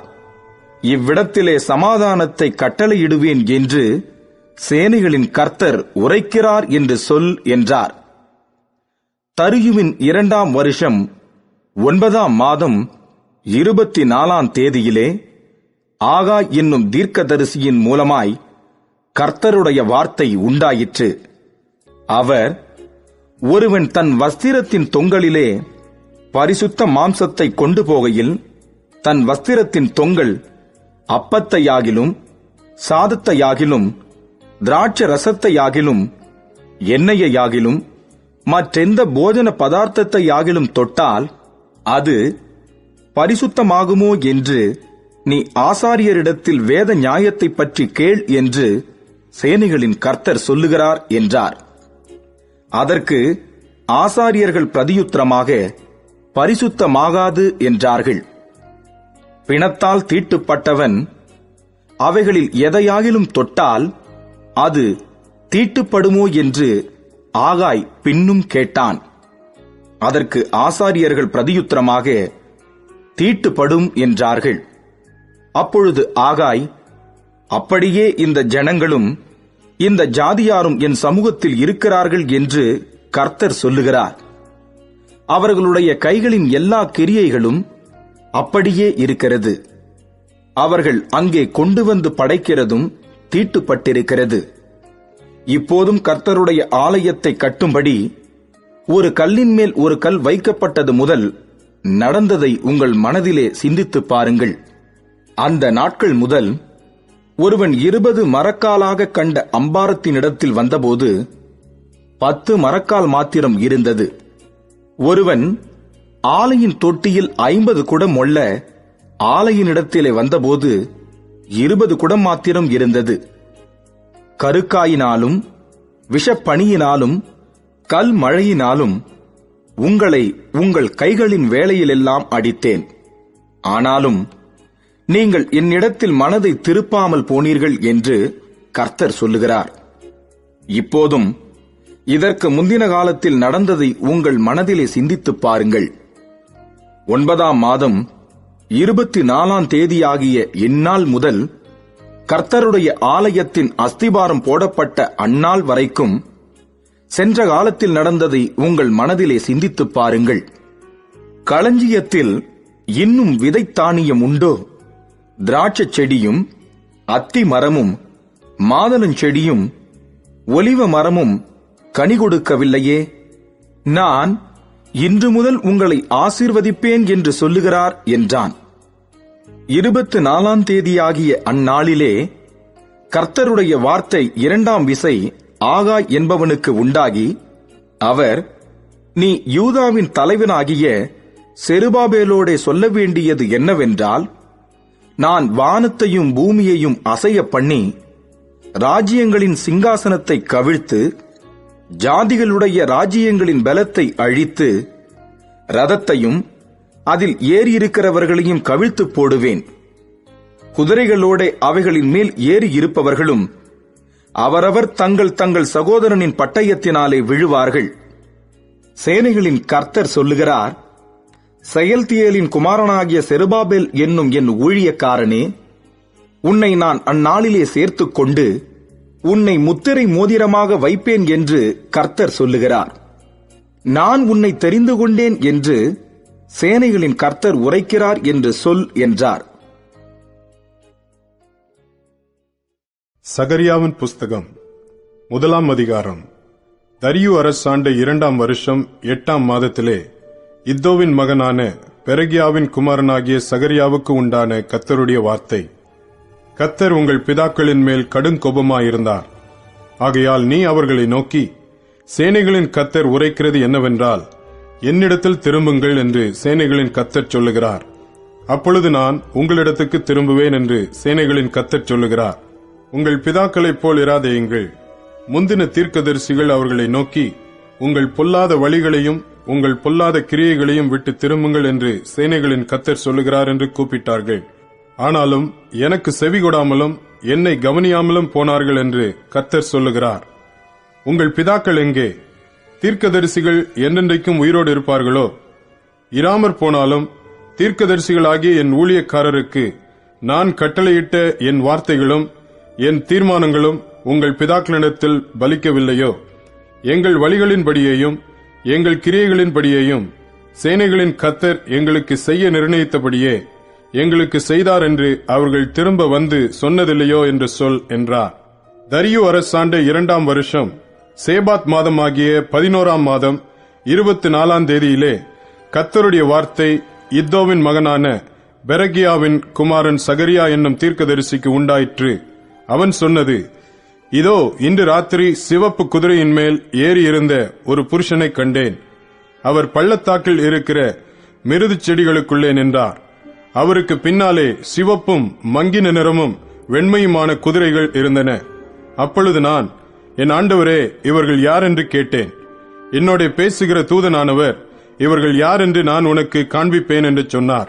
அப்பொழுது மிருது செடிகளுக்குள்ளே நின்ற அந்த புருஷன் பிரதியுத்தரமாக, இவர்கள் பூமி எங்கும் சுற்றி பார்க்க கர்த்தர் அனுப்பினவர்கள் என்றார். பின்பு அவர்கள் மிருது செடிகளுக்குள்ளே நின்ற கர்த்தருடைய தூதனை நோக்கி, நாங்கள் பூமி எங்கும் சுற்றி பார்த்தோம். இதோ பூமி முழுவதும் அமைதலும் அமெரிக்கையுமாய் இருக்கிறது என்றார்கள். அப்பொழுது கர்த்தருடைய தூதன் மறுமொழியாக, சேனைகளின் கர்த்தாவே, இந்த 70 வருஷமாய் நீர் கோபம் கொண்டிருக்கிற எருசலேமின் மேலும் யூதா பட்டணங்களின் மேலும் எந்த மட்டும் இறங்காதிருப்பீர் என்று சொல்ல, அப்பொழுது கர்த்தர் என்னோட பேசின தூதனுக்கு நல் வார்த்தைகளையும் ஆறுதலான வார்த்தைகளையும் பிரதியுத்தரமாக சொன்னார். அப்பொழுது என்னோட பேசின தூதன் என்னை நோக்கி, சேனைகளின் கர்த்தர் உரைக்கிறது என்னவென்றால், நான் எருசலேமுக்காகவும் சியோனுக்காகவும் மகா வைராக்கியம் கொண்டிருக்கிறேன். நான் கொஞ்சம் கோபம் கொண்டிருந்த போது அவர்கள் தங்கள் கேட்டை அதிகரிக்க தேடினபடியினால் சுகமாய் வாழுகிற புறஜாதிகள் பேரில் நான் கடும் கோபம் கொண்டேன். ஆகையால் மன உருக்கத்தோடு எருசலேமினிடத்தில் திரும்பினேன் என்று கர்த்தர் சொல்லுகிறார். என் ஆலயம் அதிலே கட்டப்படும், எருசலேமின் மேல் அளவு நூல் பிடிக்கப்படும் என்று சேனைகளின் கர்த்தர் சொல்லுகிறார் என்று கூறு என்றார். இன்னும் என் பட்டணங்கள் நன்மையினால் பரம்பி இருக்கும். இன்னும் கர்த்தர் சியோனை தேற்றரவு பண்ணுவார். இன்னும் எருசலேமை தெரிந்து கொள்ளுவார் என்று சேனைகளின் கர்த்தர் சொல்லுகிறார் என்று பின்னும் கூறு என்றார். நான் என் கண்களை ஏறெடுத்து பார்த்தபோது இதோ 4 கொம்புகளை கண்டேன். அவைகள் என்னவென்று என்னோட பேசின தூதனை கேட்டேன். அதற்கு அவர், இவைகள் யூதாவையும் இஸ்ரவேலையும் எருசலேமையும் சிதறடித்த கொம்புகள் என்றார். பின்பு கர்த்தர் எனக்கு 4 தொழிலாளிகளை காண்பித்தார். இவர்கள் என்ன செய்ய வருகிறார்கள் என்று கேட்டேன். அதற்கு அவர், ஒருவனும் தன் தலையை ஏறெடுக்க கூடாதபடி அந்த கொம்புகள் யூதாவை சிதறடித்ததே, அவைகளுக்கு பயமுறுத்துகிறதற்கும் யூதாவின் தேசத்தை பாழாக்க தங்கள் கொம்பை எடுத்த ஜாதிகளுடைய கொம்புகளை விழத் தள்ளுகிறதற்கும் இவர்கள் வந்தார்கள் என்றார். சகரியா 2ஆம் அதிகாரம். நான் என் கண்களை ஏறெடுத்து பார்த்தபோது இதோ தன் கையிலே அளவு நூல் பிடித்திருந்த ஒரு புருஷனை கண்டேன். நீர் எவ்விடத்துக்கு போகிறீர் என்று கேட்டேன். அதற்கு அவர், எருசலேமின் அகலம் இவ்வளவு என்றும் அதன் நீளம் இவ்வளவு என்றும் அறியும்படி அதை அளக்கிறதற்கு போகிறேன் என்றார். இதோ என்னோட பேசின தூதன் புறப்பட்ட போது வேறொரு தூதன் அவரை சந்திக்கும்படி புறப்பட்டு வந்தான். இவனை அவர் நோக்கி, நீ ஓடி இந்த வாலிபனிடத்தில் சொல்ல வேண்டியது என்னவென்றால், எருசலேம் தன் நடுவிலே கூடும் மனுஷரின் திரளினாலும் மிருக ஜீவன்களின் திரளினாலும் மதிலில்லாத பட்டணங்கள் போல் வாசஸ்தலமாகும். நான் அதற்கு சுற்றிலும் அக்கினி மதிலாயிருந்து அதன் நடுவில் மகிமையாக இருப்பேன் என்று கர்த்தர் சொல்லுகிறார். ஓகோ, நீங்கள் எழும்பி வடதேசத்திலிருந்து ஓடி வாருங்கள் என்று கர்த்தர் சொல்லுகிறார். ஆகாயத்து 4 திசைகளிலும் உங்களை நான் சிதறப் பண்ணினேன் என்று கர்த்தர் சொல்லுகிறார். பாபிலோன் குமாரத்தினிடத்தில் குடியிருக்கிற சீயோனே, உன்னை விடுவித்துக்கொள், பிற்பாடு மகிமை உண்டாகும் என்று சேனைகளின் கர்த்தர் சொல்லுகிறார். உங்களை கொள்ளையிட்ட ஜாதிகளிடத்துக்கு என்னை அனுப்பினார். உங்களை தொடுகிறவன் அவருடைய கண்மணியை தொடுகிறான். இதோ நான் என் கையை அவர்களுக்கு விரோதமாக அசைப்பேன். அதனால் அவர்கள் தங்கள் அடிமைகளுக்கு கொள்ளையாவார்கள். அப்பொழுது சேனைகளின் கர்த்தர் என்னை அனுப்பினார் என்று அறிவீர்கள். சீயோன் குமாரத்தியே, கெம்பீரித்து பாடு, இதோ நான் வந்து உன் நடுவில் வாசம் பண்ணுவேன் என்று கர்த்தர் சொல்லுகிறார். அந்நாளிலே அநேகம் ஜாதிகள் கர்த்தரை சேர்ந்து என் ஜனம் ஆவார்கள். நான் உன் நடுவில் வாசமாயிருப்பேன். அப்பொழுது சேனைகளின் கர்த்தர் என்னை உன்னிடத்தில் அனுப்பினார் என்று அறிவாய். கர்த்தர் பரிசுத்த தேசத்திலே யூதாவாகிய தமது பங்கை சுதந்தரித்து திரும்பவும் எருசலேமை தெரிந்து கொள்வார். மாம்சமான சகலமான பேர்களே, கர்த்தருக்கு முன்பாக மௌனமாயிருங்கள். அவர் தமது பரிசுத்த வாசஸ்தலத்திலிருந்து எழுந்தருளினார் என்று சொல் என்றார். சகரியா 3ஆம் அதிகாரம். அவர் பிரதான ஆசாரியனாகிய யோசுவாவை எனக்கு காண்பித்தார். அவன் கர்த்தருடைய தூதனுக்கு முன்பாக நின்றான். சாத்தான் அவனுக்கு விரோதம் செய்ய அவன் வலது பக்கத்திலே நின்றான். அப்பொழுது கர்த்தர் சாத்தானை நோக்கி, கர்த்தர் உன்னை கடிந்து கொள்வாராக. சாத்தானே, எருசலேமை தெரிந்து கொண்ட கர்த்தர் உன்னை கடிந்து கொள்வாராக. இவன் அக்கினி நின்று தப்புவிக்கப்பட்ட கொள்ளி அல்லவா என்றார். யோசுவாவோவெனில் அழுக்கு வஸ்திரம் தரித்தவனாய் தூதனுக்கு முன்பாக நின்றிருந்தான். அவர் தமக்கு முன்பாக நிற்கிறவர்களை நோக்கி, இவன் மேல் இருக்கிற அழுக்கு வஸ்திரங்களை களைந்து போடுங்கள் என்றார். பின்பு அவனை நோக்கி, பார், நான் உன் அக்கிரமத்தை உன்னிலிருந்து நீங்க செய்து உனக்கு சிறந்த வஸ்திரங்களை தரிப்பித்தேன் என்றார். அவன் சிரசின் மேல் சுத்தமான பாகையை வைப்பார்களாக என்றார். அப்பொழுது சுத்தமான பாகையை அவன் சிரசின் மேல் வைத்து அவனுக்கு வஸ்திரங்களை தரிப்பித்தார்கள். கர்த்தருடைய தூதன் அங்கே நின்றார். கர்த்தருடைய தூதன் யோசுவாவுக்கு சாட்சியாக, சேனைகளின் கர்த்தர் உரைக்கிறது என்னவென்றால், நீ என் வழிகளில் நடந்து என் காவலை காத்தால் நீ என் ஆலயத்தில் நியாயம் விசாரிப்பாய், என் பிரகாரங்களையும் காவல் காப்பாய். இங்கே நிற்கிறவர்களுக்குள்ளே உலாவுகிறதுக்கு இடம் நான் உனக்கு கட்டளையிடுவேன். இப்போதும் பிரதான ஆசாரியனாகிய யோசுவாவே, நீ கேள். உனக்கு முன்பாக உட்கார்ந்திருக்கிற உன் தோழரும் கேட்க கடவர்கள். இவர்கள் அடையாளமாயிருக்கிற புருஷர். இதோ கிளை எண்ணப்பட்டவராகிய என் தாசனை நான் வரப்பண்ணுவேன். இதோ நான் யோசுவாவுக்கு முன்பாக வைத்த கல். இந்த ஒரே கல்லின் மேல் 7 கண்களும் வைக்கப்பட்டிருக்கிறது. இதோ நான் அதன் சித்திர வேலையை நிறைவேற்றி இந்த தேசத்தில் அக்கிரமத்தை ஒரே நாளிலே நீக்கி போடுவேன் என்று சேனைகளின் கர்த்தர் சொல்லுகிறார். அந்நாளிலே நீங்கள் ஒருவரையொருவர் திராட்சைச் செடியின் கீழும் அத்திமரத்தின் கீழும் வரவழைப்பீர்கள் என்று சேனைகளின் கர்த்தர் சொல்லுகிறார் என்றார். சகரியா 4ஆம் அதிகாரம்.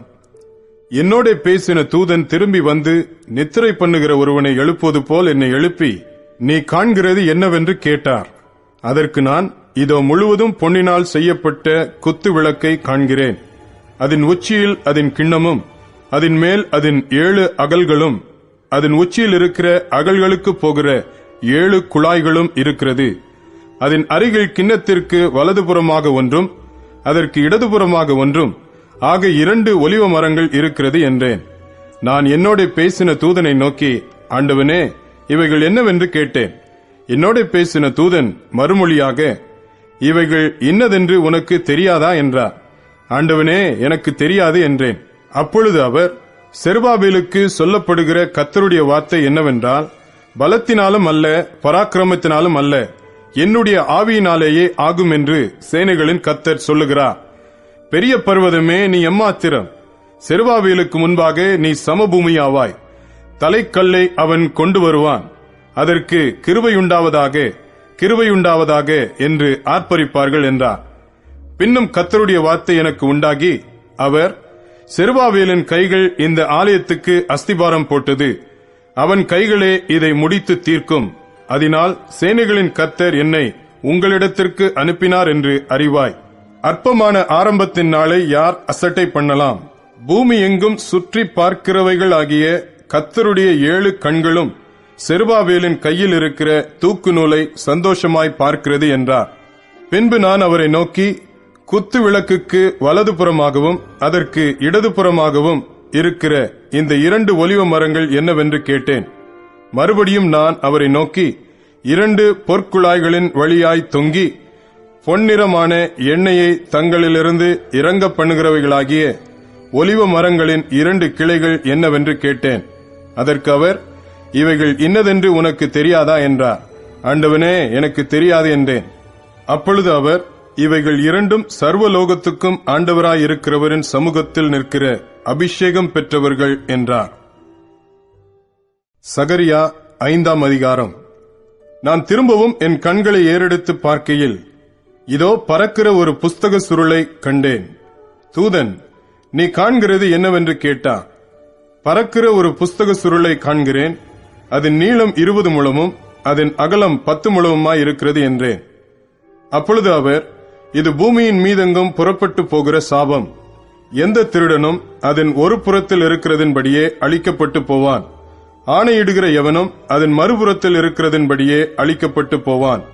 அது திருடன் வீட்டிலும் என் நாமத்தைக் கொண்டு பொய் ஆணையிடுகிறவன் வீட்டிலும் வந்து அவனவன் வீட்டில் நடுவிலே தங்கி அதை அதன் மரங்களோடும் அதன் கல்லுகளோடும் கூட நிர்மூலமாக்கும்படி அதை புறப்பட்டு போக பண்ணுவேன் என்று சேனைகளின் கர்த்தர் சொல்லுகிறார் என்றார். பின்பு என்னோட பேசின தூதன் வெளியே வந்து என்னை நோக்கி, நீ உன் கண்களை ஏறெடுத்து புறப்பட்டு வருகிறதை என்னவென்று பார் என்றார். அது என்னவென்று கேட்டேன். அதற்கு அவர், அது புறப்பட்டு வருகிறதாகிய ஒரு மரக்கால் என்றார்.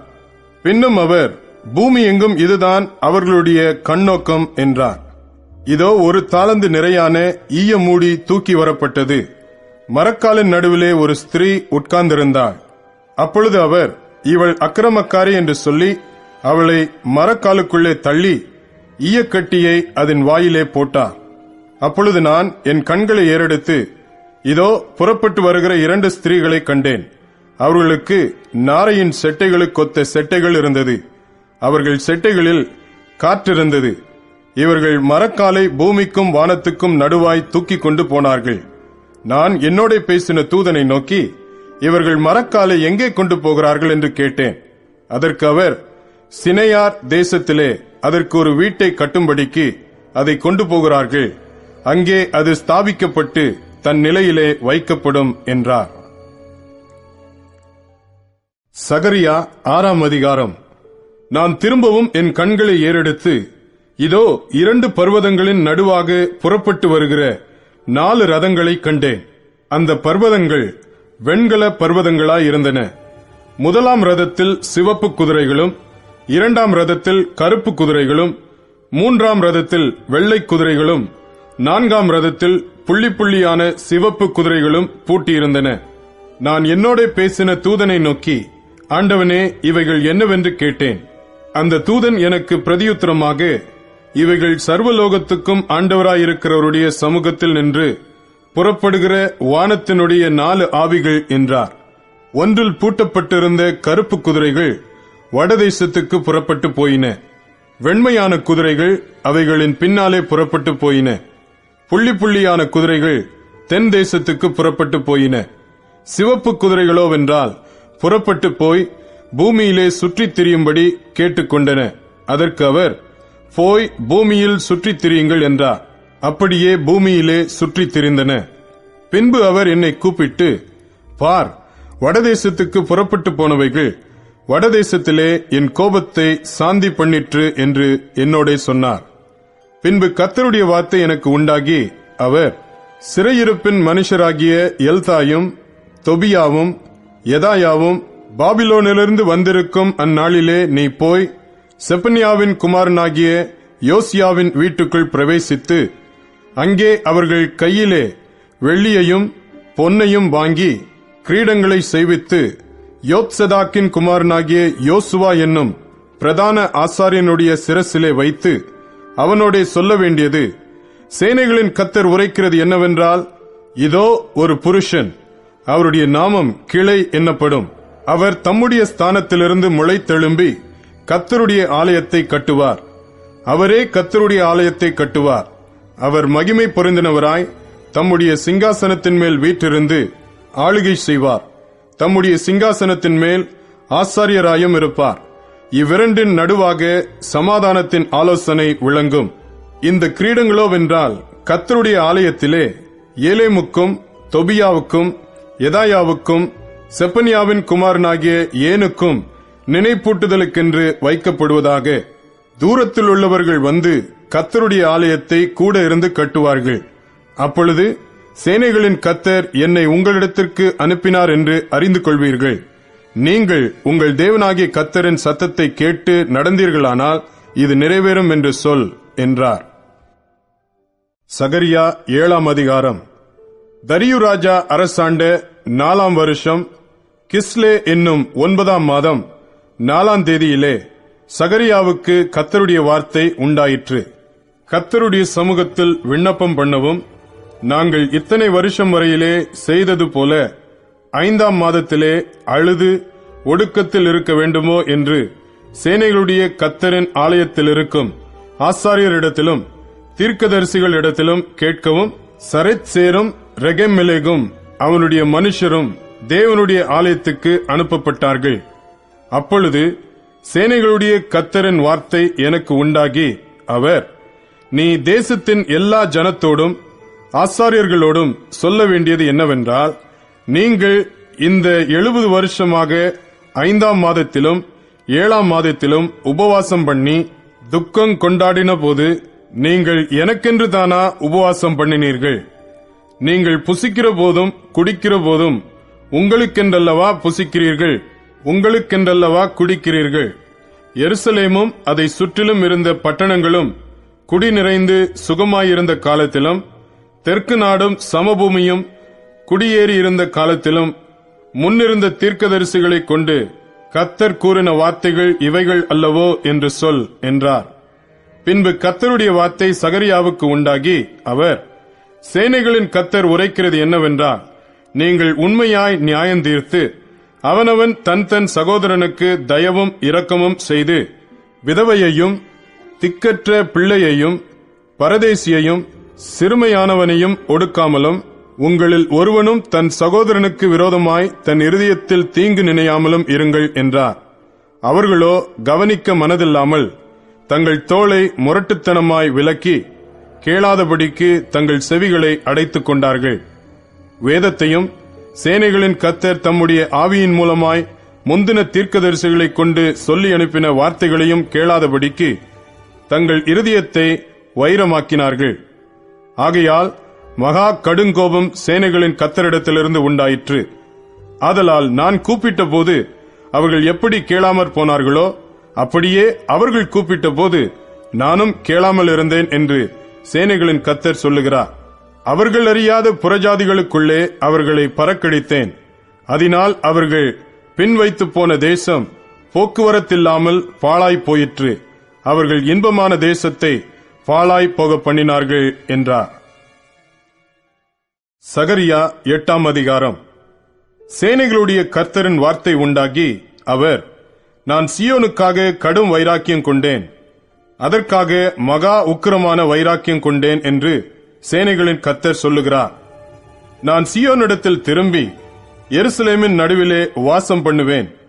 எருசலேம் சத்திய நகரம் என்றும் சேனைகளுடைய கர்த்தரின் பர்வதம் பரிசுத்த பர்வதம் என்றும் அழைக்கப்படும் என்று கர்த்தர் சொல்லுகிறார். திரும்பவும் எருசலேமின் வீதிகளில் முதிர் வயதினாலே தங்கள் கைகளில் கோலை பிடித்து நடக்கிற கிழவரும் கிழவிகளும் குடியிருப்பார்கள். நகரத்தின் தெருக்களிலே விளையாடுகிற ஆண் பிள்ளைகளும் பெண் பிள்ளைகளும் அதன் வீதிகளில் நிறைந்திருக்கும் என்று சேனைகளின் கர்த்தர் சொல்லுகிறார். சேனைகளின் கர்த்தர் சொல்லுகிறது என்னவென்றால், அது இந்த ஜனத்தில் மீதியானவர்களின் பார்வைக்கு இந்நாட்களில் ஆச்சரியமாயிருந்தாலும் என் பார்வைக்கும் ஆச்சரியமாயிருக்குமோ என்று சேனைகளின் கர்த்தர் சொல்லுகிறார். இதோ கிழக்கு தேசத்திலும் தெற்கு தேசத்திலும் இருந்து என் ஜனங்களை நான் ரட்சித்து அவர்களை அழைத்துக் கொண்டு வருவேன். அவர்கள் எருசலேமின் நடுவிலே குடியிருப்பார்கள். அவர்கள் எனக்கு உண்மையும் நீதியுமான ஜனமாயிருப்பார்கள்.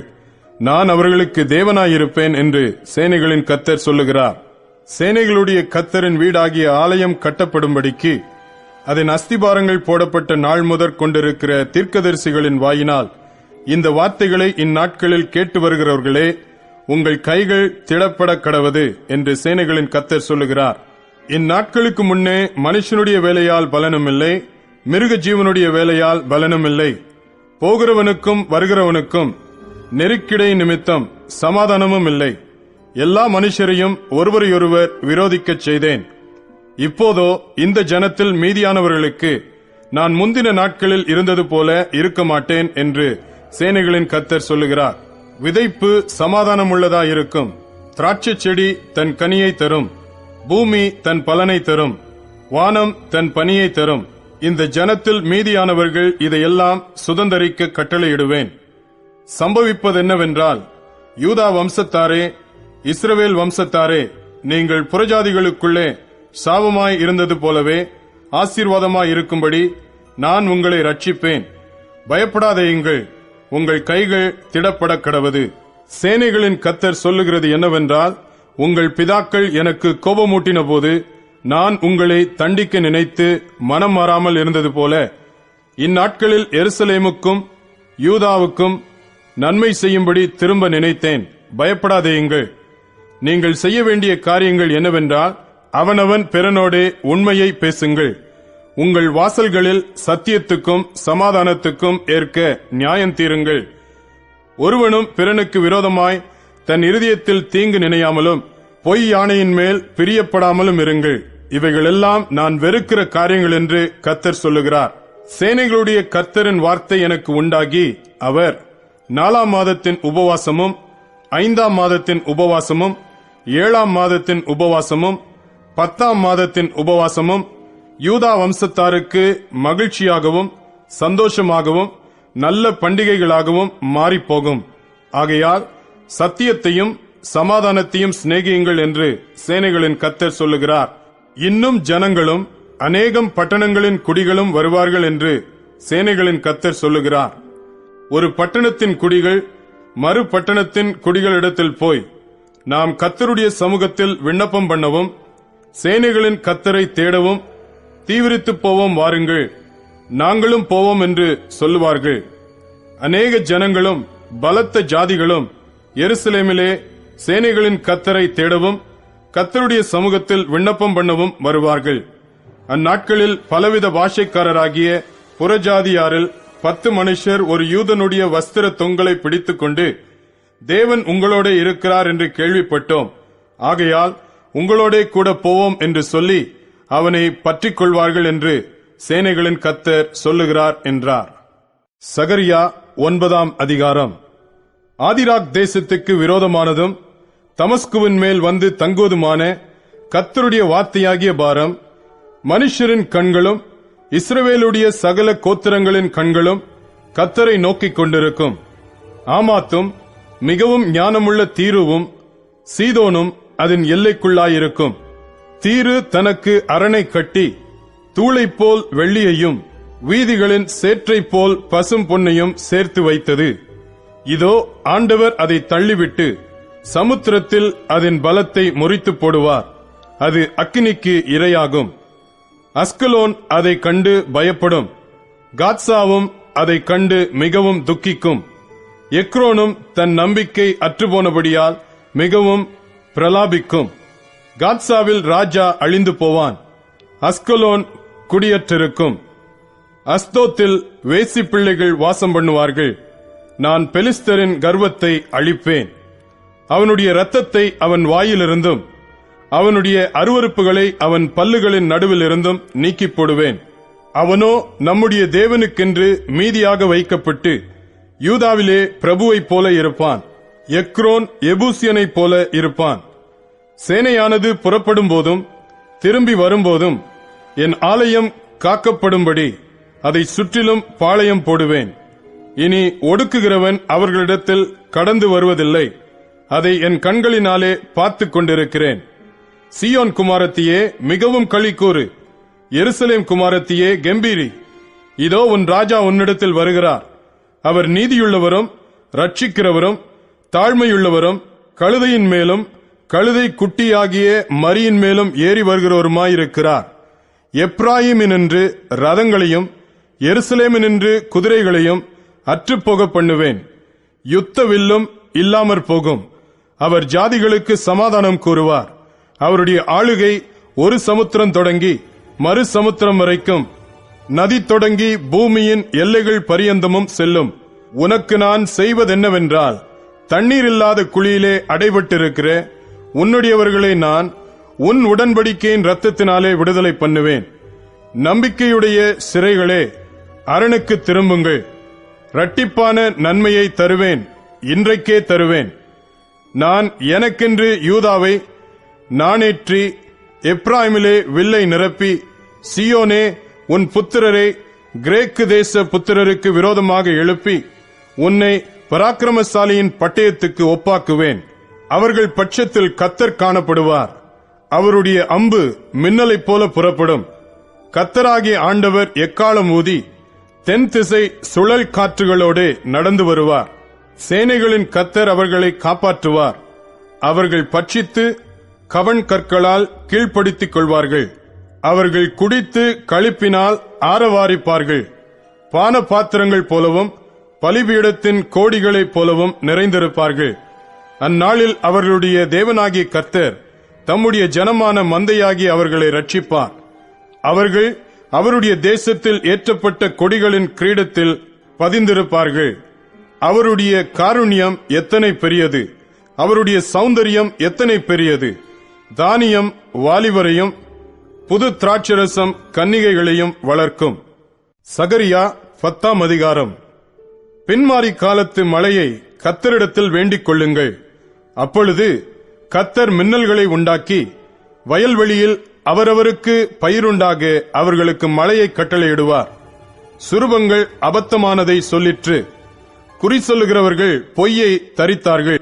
சொப்பனக்காரர் வீணானதை சொல்லி வியத்தமாக தேற்றரவு பண்ணினார்கள். ஆகையால் ஜனங்கள் ஆடுகளைப் போல சிதறி மேய்ப்பன் இல்லாததினால் சிறுமைப்பட்டார்கள். மேய்ப்பருக்கு விரோதமாக என் கோபம் மூண்டது. கடாக்களை தண்டித்தேன். சேனைகளின் கர்த்தர் யூதா வம்சத்தாராகிய தமது மந்தையை விசாரித்து அவர்களை யுத்தத்திலே தமது சிறந்த குதிரையாக நிறுத்துவார். அவர்களிலிருந்து கோடிக்கல்லும் அவர்களிலிருந்து கூடார முளையும் அவர்களிலிருந்து யுத்த வில்லும் வரும். அவர்களிலிருந்து ஆளுகிற யாவரும் ஏகமாய் புறப்படுவார்கள். அவர்கள் யுத்தத்திலே தங்கள் சத்துருக்களை வீதிகளின் சேற்றில் மிதிக்கிற பராக்கிரமசாலிகளைப் போல இருந்து யுத்தம் பண்ணுவார்கள். கர்த்தர் அவர்களோட கூட இருப்பார். குதிரைகளின் மேல் ஏறி வருகிறவர்கள் வெட்கப்படுவார்கள். நான் யூதா வம்சத்தாரை பலப்படுத்தி யோசேப்பு வம்சத்தாரை ரட்சித்து அவர்களை திரும்ப நிலைக்க பண்ணுவேன். நான் அவர்களுக்கு இறங்கினேன். அவர்கள் என்னால் ஒரு காலம் தள்ளிவிடப்படாதவர்களைப் போல் இருப்பார்கள். நான் அவர்களுடைய தேவனாகிய கர்த்தர். நான் அவர்களுக்கு செவி கொடுப்பேன். எப்ராயிமர் பராக்கிரமரைப் போல இருப்பார்கள். மதுபானத்தால் களிப்பது போல அவர்களுடைய இருதயம் களிக்கும். அவர்களுடைய பிள்ளைகளும் அதை கண்டு மகிழ்வார்கள். அவர்கள் இருதயம் கர்த்தருக்குள் களிகூரும். நான் அவர்களை பார்த்து பயில் போட்டு அவர்களை கூட்டிக் கொள்ளுவேன். அவர்களை மீட்டுக் கொண்டேன். அவர்கள் பெருகி இருந்தது போலவே பெருகி போவார்கள்.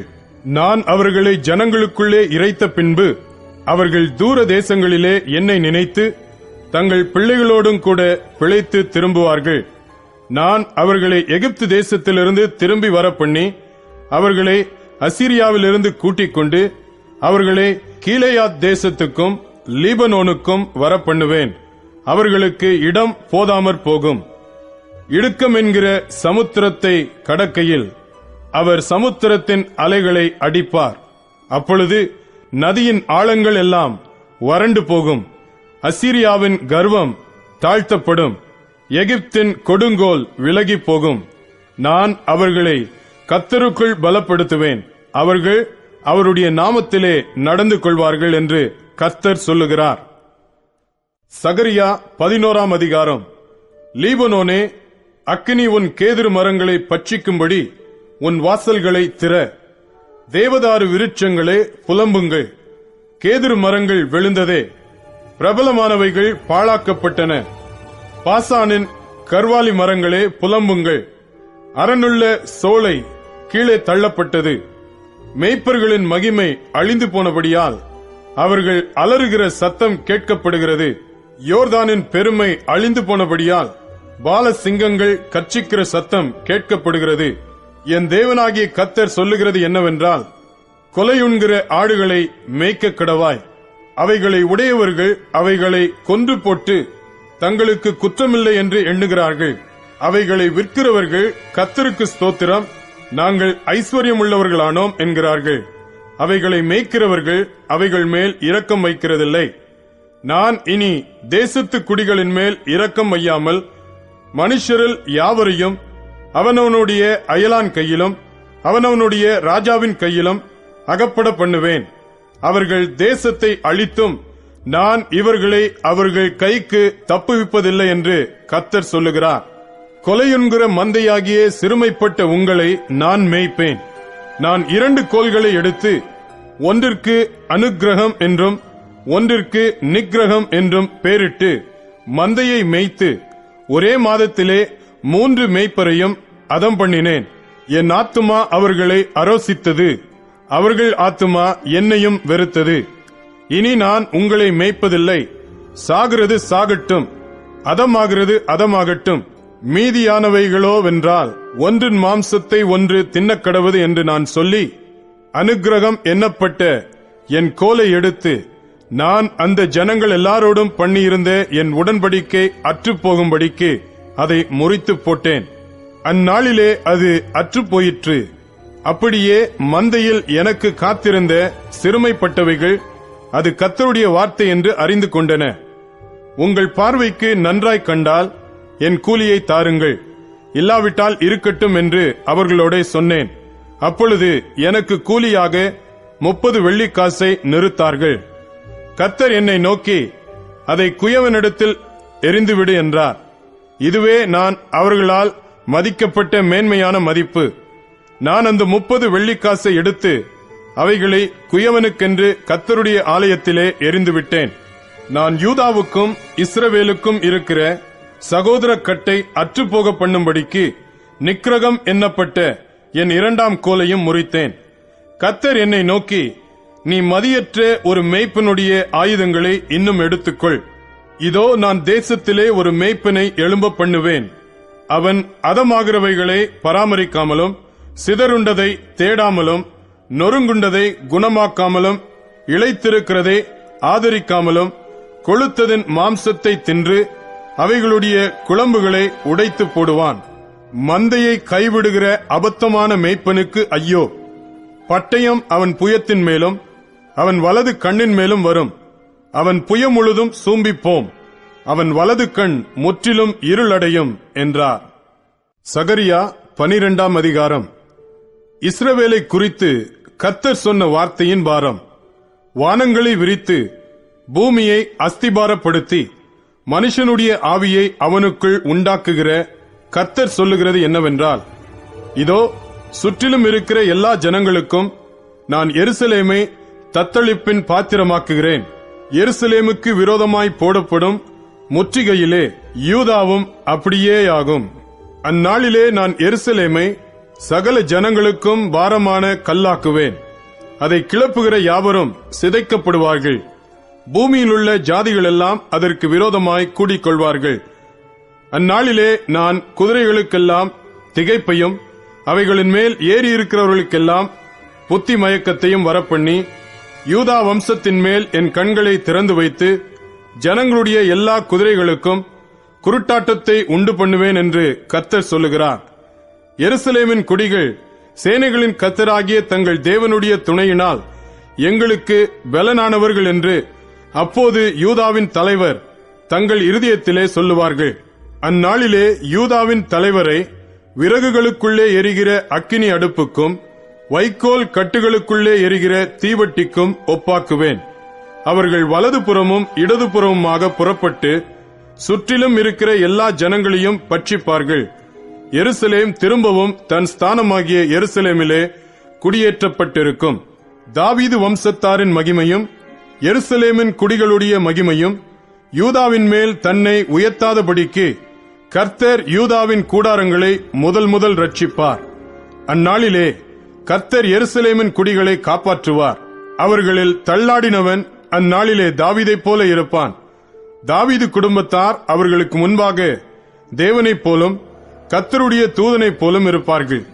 அந்நாளிலே எருசலேமுக்கு விரோதமாய் வருகிற எல்லா ஜாதிகளையும் அழிக்க பார்ப்பேன். நான் தாவீது குடும்பத்தாரின் மேலும் எருசலேம் குடிகளின் மேலும் கிருபையின் ஆவியையும் விண்ணப்பங்களின் ஆவியையும் ஊற்றுவேன். அப்பொழுது அவர்கள் தாங்கள் குத்தின என்னை நோக்கி பார்த்து, ஒருவன் தன் ஒரே பேரானவனுக்காக புலம்புகிறது போல எனக்காக புலம்பி, ஒருவன் தன் தலைச்சன் பிள்ளைக்காக துக்கிக்கிறது போல எனக்காக மனங்கசந்து துக்கிப்பார்கள். அந்நாளிலே மெகிதோன் பட்டணத்து பள்ளத்தாக்கின் ஊராகிய ஆதாத்ரிமோனின் புலம்பலை போல எருசலேமின் புலம்பல் பெரிதாயிருக்கும். தேசம் புலம்பிக் கொண்டிருக்கும். ஒவ்வொரு வம்சமும் தனித்தனியாக புலம்பும். தாவீது குடும்பத்தார் தனியையும் அவர்கள் ஸ்திரீகள் தனியையும், நாத்தான் குடும்பத்தார் தனியையும் அவர்கள் ஸ்திரீகள் தனியையும், லேவி குடும்பத்தார் தனியையும் அவர்கள் ஸ்திரீகள் தனியையும், சீமேயி குடும்பத்தார் தனியையும் அவர்கள் ஸ்திரீகள் தனியையும், மற்றும் உண்டான சகல குடும்பங்களிலும் ஒவ்வொரு குடும்பத்தின் மனுஷர் தனித்தனியையும் அவர்களுடைய ஸ்திரீகள் தனித்தனியையும் புலம்புவார்கள். சகரியா 13ஆம் அதிகாரம். அந்நாளிலே பாவத்தையும் அழுக்கையும் நீக்க தாவீதின் குடும்பத்தாருக்கும் எருசலேமின் குடிகளுக்கும் திறக்கப்பட்ட ஒரு ஊற்று உண்டாயிருக்கும். அந்நாளிலே நான் விக்கிரகங்களின் பேரும் தேசத்தில் இராதபடிக்கு அழிப்பேன். அவைகள் இனி நினைக்கப்படுவதில்லை. தரிசனம் சொல்லுகிறவர்களையும் அசுத்த ஆவியையும் தேசத்திலிருந்து போய்விடவும் பண்ணுவேன் என்று சேனைகளின் கர்த்தர் சொல்லுகிறார்.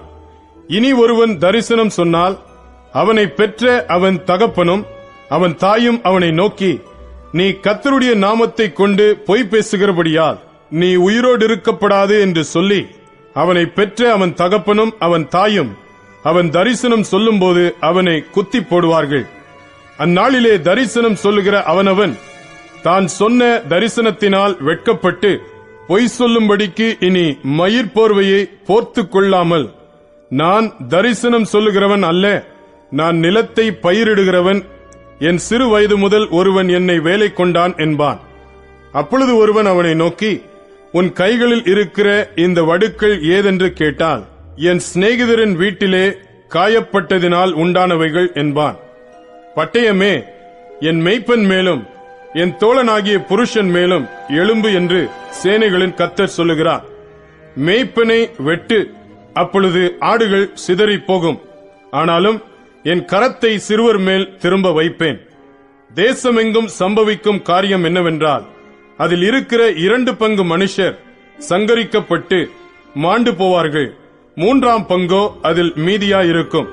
அந்த 3ஆம் பங்கை நான் அக்கினிக்குட்பட பண்ணி, வெள்ளியை உருக்குகிறது போல அவர்களை உருக்கி, பொன்னை புடமிடுகிறது போல அவர்களை புடமிடுவேன். அவர்கள் என் நாமத்தை தொழுது கொள்வார்கள். நான் அவர்கள் விண்ணப்பத்தை கேட்பேன். இது என் ஜனம் என்று நான் சொல்லுவேன். கர்த்தர் என் தேவன் என்று அவர்கள் சொல்லுவார்கள். சகரியா 14ஆம் அதிகாரம். இதோ கர்த்தருடைய நாள் வருகிறது. உன்னில் கொள்ளையானது உன் நடுவிலே பங்கிடப்படும்.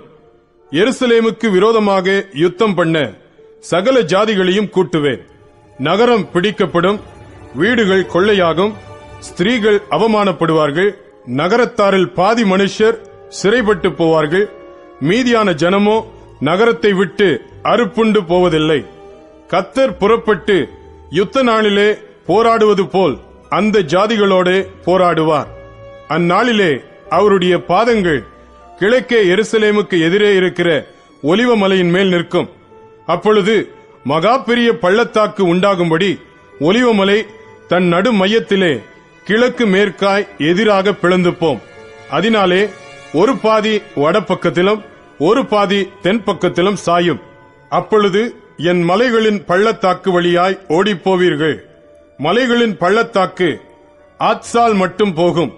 நீங்கள் யூதாவின் ராஜாவாகிய உசியாவின் நாட்களில் பூமி அதிர்ச்சிக்கு தப்பி ஓடிப்போனது போல ஓடிப்போவீர்கள். என் தேவனாகிய கர்த்தர் வருவார். தேவரீரோடே எல்லா பரிசுத்தவான்களும் வருவார்கள். அந்நாளில் வெளிச்சம் இல்லாமல் ஒருவேளை பிரகாசமும் ஒருவேளை மப்புமாயிருக்கும். ஒரு நாள் உண்டு, அது கர்த்தருக்கு தெரிந்தது. அது பகலும் அல்ல இரவும் அல்ல, ஆனாலும் சாயங்காலத்திலே வெளிச்சம் உண்டாகும். அந்நாளிலே ஜீவ தண்ணீர்கள் எருசலேமிலிருந்து புறப்பட்டு பாதி கிழக்கு சமுத்திரத்துக்கும் பாதி மேற்கு சமுத்திரத்துக்கும் போய் மாரி காலத்துக்கும் கோடை காலத்துக்கும் இருக்கும். அப்பொழுது கர்த்தர் பூமியின் மீதெங்கும் ராஜாவாய் இருப்பார். அந்நாளில் ஒரே கர்த்தர் இருப்பார். அவருடைய நாமமும் ஒன்றாயிருக்கும். தேசமெல்லாம் கேபா தொடங்கி எருசலேமுக்கு தெற்கே இருக்கிற ரிம்மோன் வரைக்கும் சமபூமியாக திருத்தப்படும். எருசலேமோ உயர்ந்ததாகி தன் ஸ்தானத்திலே பென்யமீன் வாசல் தொடங்கி முதல் வாசல் என்கிற ஸ்தலம் மட்டும் கோடி வாசல் வரைக்கும் அனானேயேல் கோபுரம் துவக்கி ராஜாவின் திராட்சை ஆலைகள் மட்டும் குடியேற்றப்பட்டிருக்கும். அதிலே ஜனங்கள் வாசம் பண்ணுவார்கள். இனி சங்கரிப்பில்லாமல் எருசலேம் சுகமாய் தங்கியிருக்கும். எருசலேமுக்கு விரோதமாக யுத்தம் பண்ணின எல்லா ஜனங்களையும் கர்த்தர் வாதிக்கும் வாதையாவது, அவர்கள் காலூன்றி நிற்கையிலும் அவர்களுடைய சதை அழிந்து போகும். அவர்கள் கண்கள் தங்கள் குழிகளிலே கெட்டுப் போகும். அவர்கள் நாவு அவர்கள் வாயிலே அழுகி போகும். அந்நாளிலே கர்த்தரால் பெரிய கலக்கம் அவர்களுக்குள் உண்டாகும். அவனவன் தன் தன் அயலானின் கையை பிடிப்பான். அவனவனுடைய கை அவனவன் அயலானுடைய கைக்கு விரோதமாக எழும்பும். யூதாவும் எருசலேமிலே யுத்தம் பண்ணும். அப்பொழுது சுற்றிலும் இருக்கிற சகல ஜாதிகளுடைய ஆஸ்தியாகிய பொன்னும் வெள்ளியும் வஸ்திரங்களும் மகா திரளாக கூட்டப்படும். அந்த பாளையங்களில் இருக்கும் குதிரைகள், கோவேறு கழுதைகள், ஒட்டகங்கள், கழுதைகள் முதலான எல்லா மிருக ஜீவன்களுக்கும் வரும் வாதையும் அந்த வாதையைப் போலவே இருக்கும். பின்பு எருசலேமுக்கு விரோதமாக வந்திருந்த எல்லா ஜாதிகளிலும் மீதியான யாவரும் சேனைகளின் கர்த்தராகிய ராஜாவை தொழுது கொள்ளும்படிக்கும் கூடார பண்டிகையை ஆசரிக்கும்படிக்கும் வருஷா வருஷம் வருவார்கள். அப்பொழுது பூமியின் வம்சங்களில் சேனைகளின் கர்த்தராகிய ராஜாவை தொழுது கொள்ள எருசலேமுக்கு வராதவர்கள் எவர்களோ அவர்கள் மேல் மழை வருஷிப்பதில்லை. மழை வருஷிக்காத எகிப்தின் வம்சம் வராமலும் சேராமலும் போனால் கூடார பண்டிகையை ஆசரிக்க வராத ஜாதிகளே, கர்த்தர் வாதிக்கும் வாதையே அவர்கள் மேலும் வரும். இது எகிப்தருடைய பாவத்துக்கும் கூடார பண்டிகையை ஆசரிக்க வராத சகல ஜாதிகளுடைய பாவத்துக்கும் வரும் ஆக்கினை. அந்நாளிலே குதிரைகளின் மணிகளிலே கர்த்தருக்கு பரிசுத்தம் என்னும் விலாசம் எழுதியிருக்கும். கர்த்தருடைய ஆலயத்தில் உள்ள பானைகள் பலிபீடத்துக்கு முன்பாக இருக்கிற பாத்திரங்களைப் போல் இருக்கும். அப்பொழுது எருசலேமிலும் யூதாவிலும் உள்ள எல்லா பானைகளும் சேனைகளின் கர்த்தருக்கு பரிசுத்தமாயிருக்கும். பலியிடுகிற யாவரும் வந்து அவைகளில் எடுத்து அவைகளில் சமைப்பார்கள். அந்நாள் முதல் சேனைகளுடைய கர்த்தரின் ஆலயத்திலே யாதொரு கானானியனும் இருப்பதில்லை. மல்கியா தீர்க்கதரிசியின் புஸ்தகம் 1 அதிகாரம். மல்கியாவை கொண்டு கர்த்தர் இஸ்ரவேலுக்கு சொன்ன வார்த்தையின் பாரம். நான் உங்களை சிநேகித்தேன் என்று கர்த்தர் சொல்லுகிறார். அதற்கு நீங்கள், எங்களை எப்படி சிநேகித்தீர் என்கிறீர்கள். கர்த்தர் சொல்லுகிறார், ஏசா யாக்கோபுக்கு சகோதரன் அல்லவோ? ஆகிலும் யாக்கோபை நான் சிநேகித்தேன், ஏசாவையோ நான் வெறுத்தேன். அவனுடைய மலைகளை பாழும், அவனுடைய சுதந்திரத்தை வனாந்தரத்தில் உள்ள வலு சர்ப்பங்களின் தாவும் ஆக்கினேன். ஏதோமியர், நாம் எளிமைப்பட்டோம், ஆனாலும் பாழானவைகளை திரும்ப கட்டுவோம் என்று சொல்லுகிறார்கள். அதற்கு கர்த்தர், அவர்கள் கட்டுவார்கள், நான் இடிப்பேன். அவர்கள் துன்மார்க்கத்தின் எல்லை என்றும் கர்த்தர் என்றைக்கும் சினம் வைக்கிற ஜனம் என்றும் சொல்லப்படுவார்கள் என்கிறார். இதை உங்கள் கண்கள் காணும்.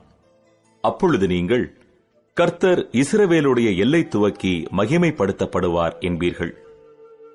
குமாரன் தன் பிதாவையும் ஊழியக்காரன் தன் எஜமானையும் கணம் பண்ணுகிறார்களே. நான் பிதாவானால் என் கணம் எங்கே?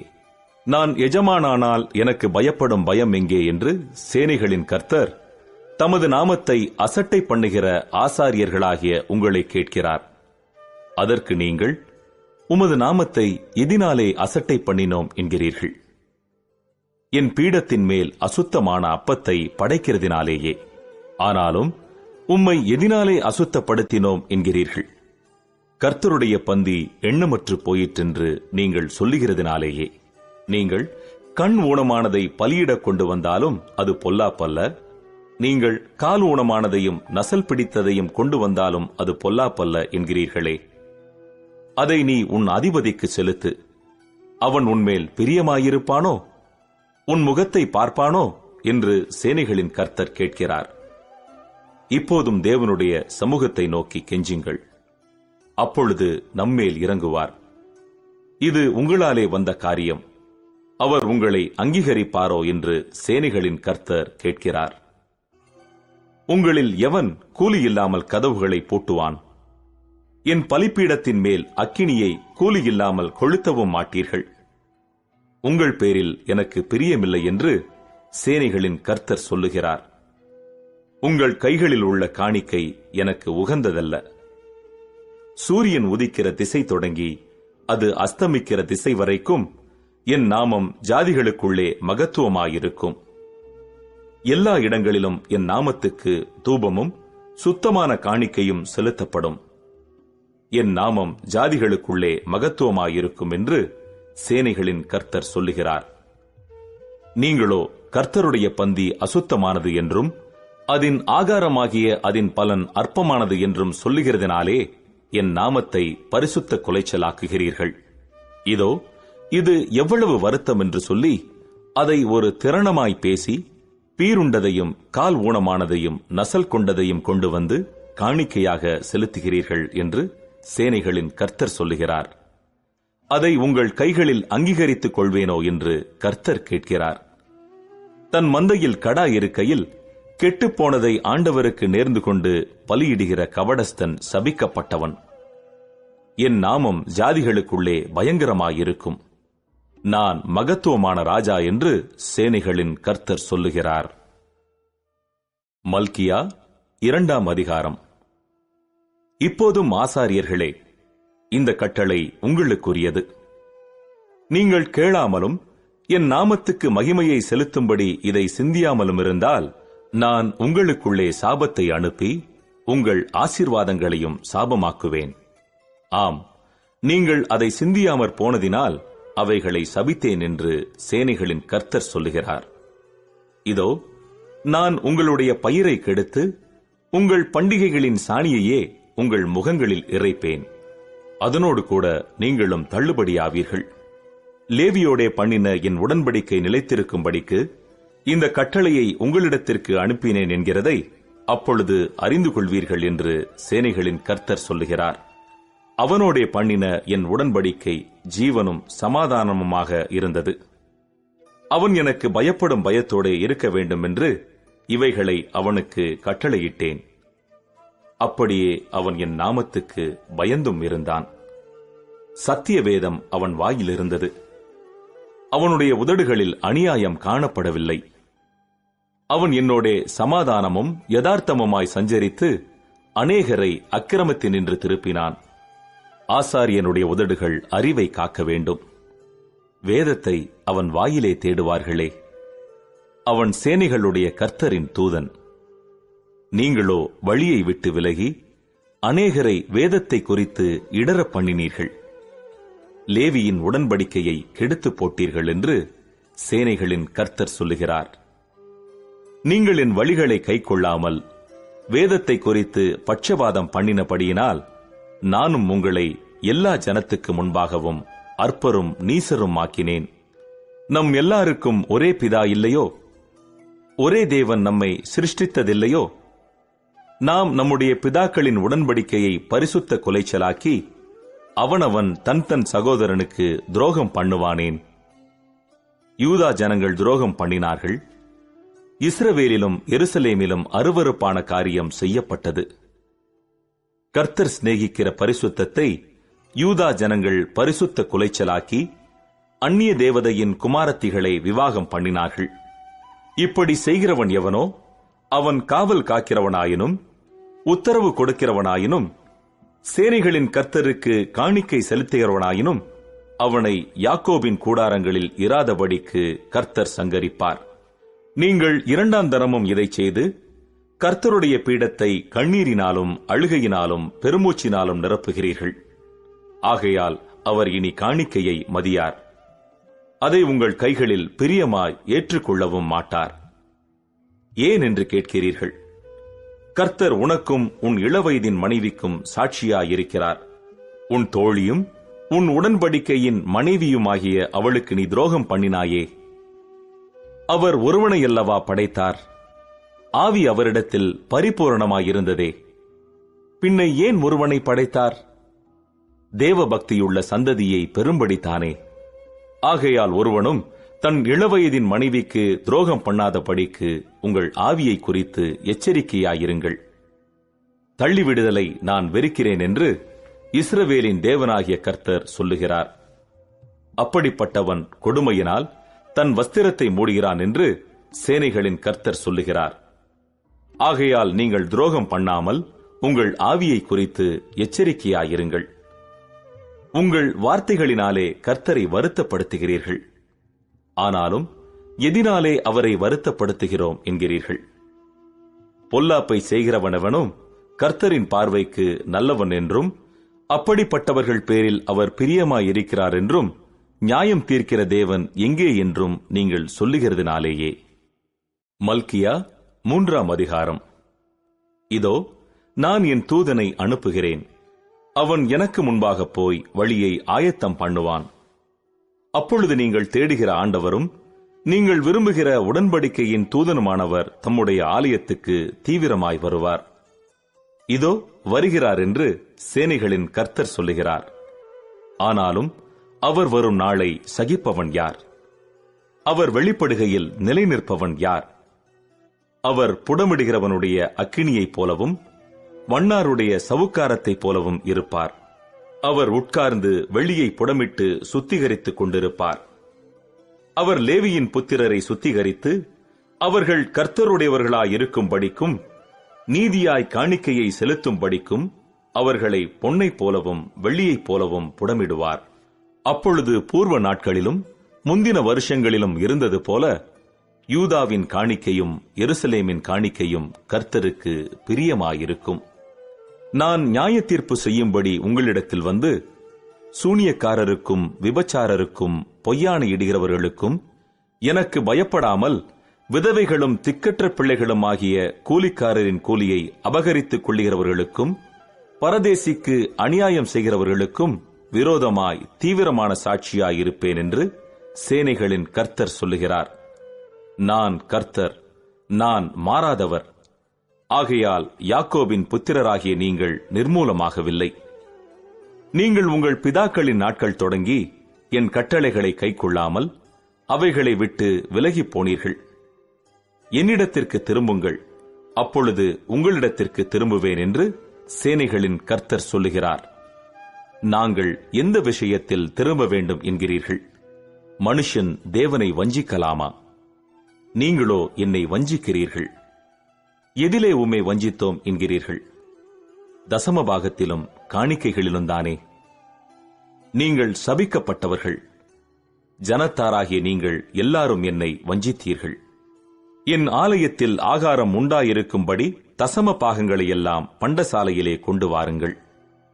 அப்பொழுது நான் வானத்தின் பலகணிகளை திறந்து இடங்கொள்ளாமற் போக மட்டும் உங்கள் மேல் ஆசீர்வாதத்தை வருஷிக்க மாட்டேனோவென்று அதனால் என்னை சோதித்துப் பாருங்கள் என்று சேனைகளின் கர்த்தர் சொல்லுகிறார். பூமியின் கனியை பட்சித்துப் போடுகிறவைகளை உங்கள் நிமித்தம் கண்டிப்பேன். அவைகள் உங்கள் நிலத்தின் பலனை அழிப்பதில்லை. வெளியில் உள்ள திராட்சைக் கொடி பழமில்லாமற் போவதுமில்லை என்று சேனைகளின் கர்த்தர் சொல்லுகிறார். அப்பொழுது எல்லா ஜாதிகளும் உங்களை பாக்கியவான்கள் என்பார்கள். தேசம் விரும்பப்படத்தக்கதாயிருக்கும் என்று சேனைகளின் கர்த்தர் சொல்லுகிறார். நீங்கள் எனக்கு விரோதமாய் பேசின பேச்சுகள் கடினமாயிருக்கிறது என்று கர்த்தர் சொல்லுகிறார். ஆனாலும் உமக்கு விரோதமாக என்னத்தை பேசினோம் என்கிறீர்கள்? தேவனை சேவிப்பது விருதா. அவருடைய கட்டளைகளை கைக்கொள்ளுகிறதினாலும் சேனைகளின் கர்த்தருக்கு முன்பாக துக்கித்து நடக்கிறதினாலும் என்ன பிரயோஜனம்? இப்போதும் அகங்காரிகளை பாக்கியவான்கள் என்கிறோம். தீமை செய்கிறவர்கள் திடப்படுகிறார்கள். அவர்கள் தேவனை பரீட்சை பார்த்தாலும் விடுவிக்கப்படுகிறார்களே என்று சொல்லுகிறீர்கள். அப்பொழுது கர்த்தருக்கு பயந்தவர்கள் ஒருவரோடொருவர் பேசிக் கொள்வார்கள். கர்த்தர் கவனித்து கேட்பார். கர்த்தருக்கு பயந்தவர்களுக்காகவும் அவருடைய நாமத்தை தியானிக்கிறவர்களுக்காகவும் ஞாபக புஸ்தகம் ஒன்று அவருக்கு முன்பாக எழுதப்பட்டிருக்கிறது. என் சம்பத்தை நான் சேர்க்கும் நாளிலே அவர்கள் என்னுடையவர்களாயிருப்பார்கள் என்று சேனைகளின் கர்த்தர் சொல்லுகிறார். ஒரு மனுஷன் தனக்கு ஊழியம் செய்கிற தன்னுடைய குமாரனை கடாட்சிக்கிறது போல நான் அவர்களை கடாட்சிப்பேன்.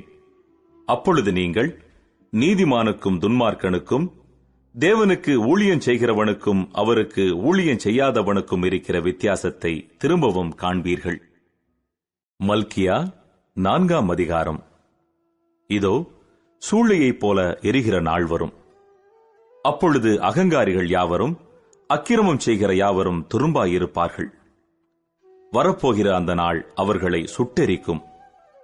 அது அவர்களுக்கு வேரையும் கொப்பையும் வைக்காமற் போகும் என்று சேனைகளின் கர்த்தர் சொல்லுகிறார். ஆனாலும் என் நாமத்துக்கு பயந்திருக்கிற உங்கள் மேல் நீதியின் சூரியன் உதிக்கும். அதன் செட்டைகளின் கீழ் ஆரோக்கியம் இருக்கும். நீங்கள் வெளியே புறப்பட்டு போய் கொழுத்த கன்றுகளைப் போல வளருவீர்கள். துன்மார்க்கரை மிதிப்பீர்கள். நான் இதை செய்யும் நாளிலே அவர்கள் உங்கள் உள்ளங்கால்களின் கீழ் சாம்பலாயிருப்பார்கள் என்று சேனைகளின் கர்த்தர் சொல்லுகிறார். ஓரேபிலே இஸ்ரவேலர் எல்லாருக்காகவும் என் தாசனாகிய மோசேக்கு நான் கற்பித்த நியாயப்பிரமாணமாகிய கட்டளைகளையும் நியாயங்களையும் நினையுங்கள். இதோ, கர்த்தருடைய பெரிதும் பயங்கரமுமான நாள் வருகிறதற்கு முன்னே நான் உங்களிடத்திற்கு எலியா தீர்க்கதரிசியை அனுப்புகிறேன். நான் வந்து பூமியை சங்காரத்தால் அடிக்காதபடிக்கு அவன் பிதாக்களுடைய இருதயத்தை பிள்ளைகளிடத்திற்கும் பிள்ளைகளுடைய இருதயத்தை அவர்கள் பிதாக்களிடத்திற்கும் திருப்புவான். பழைய ஏற்பாடு முற்றிற்று.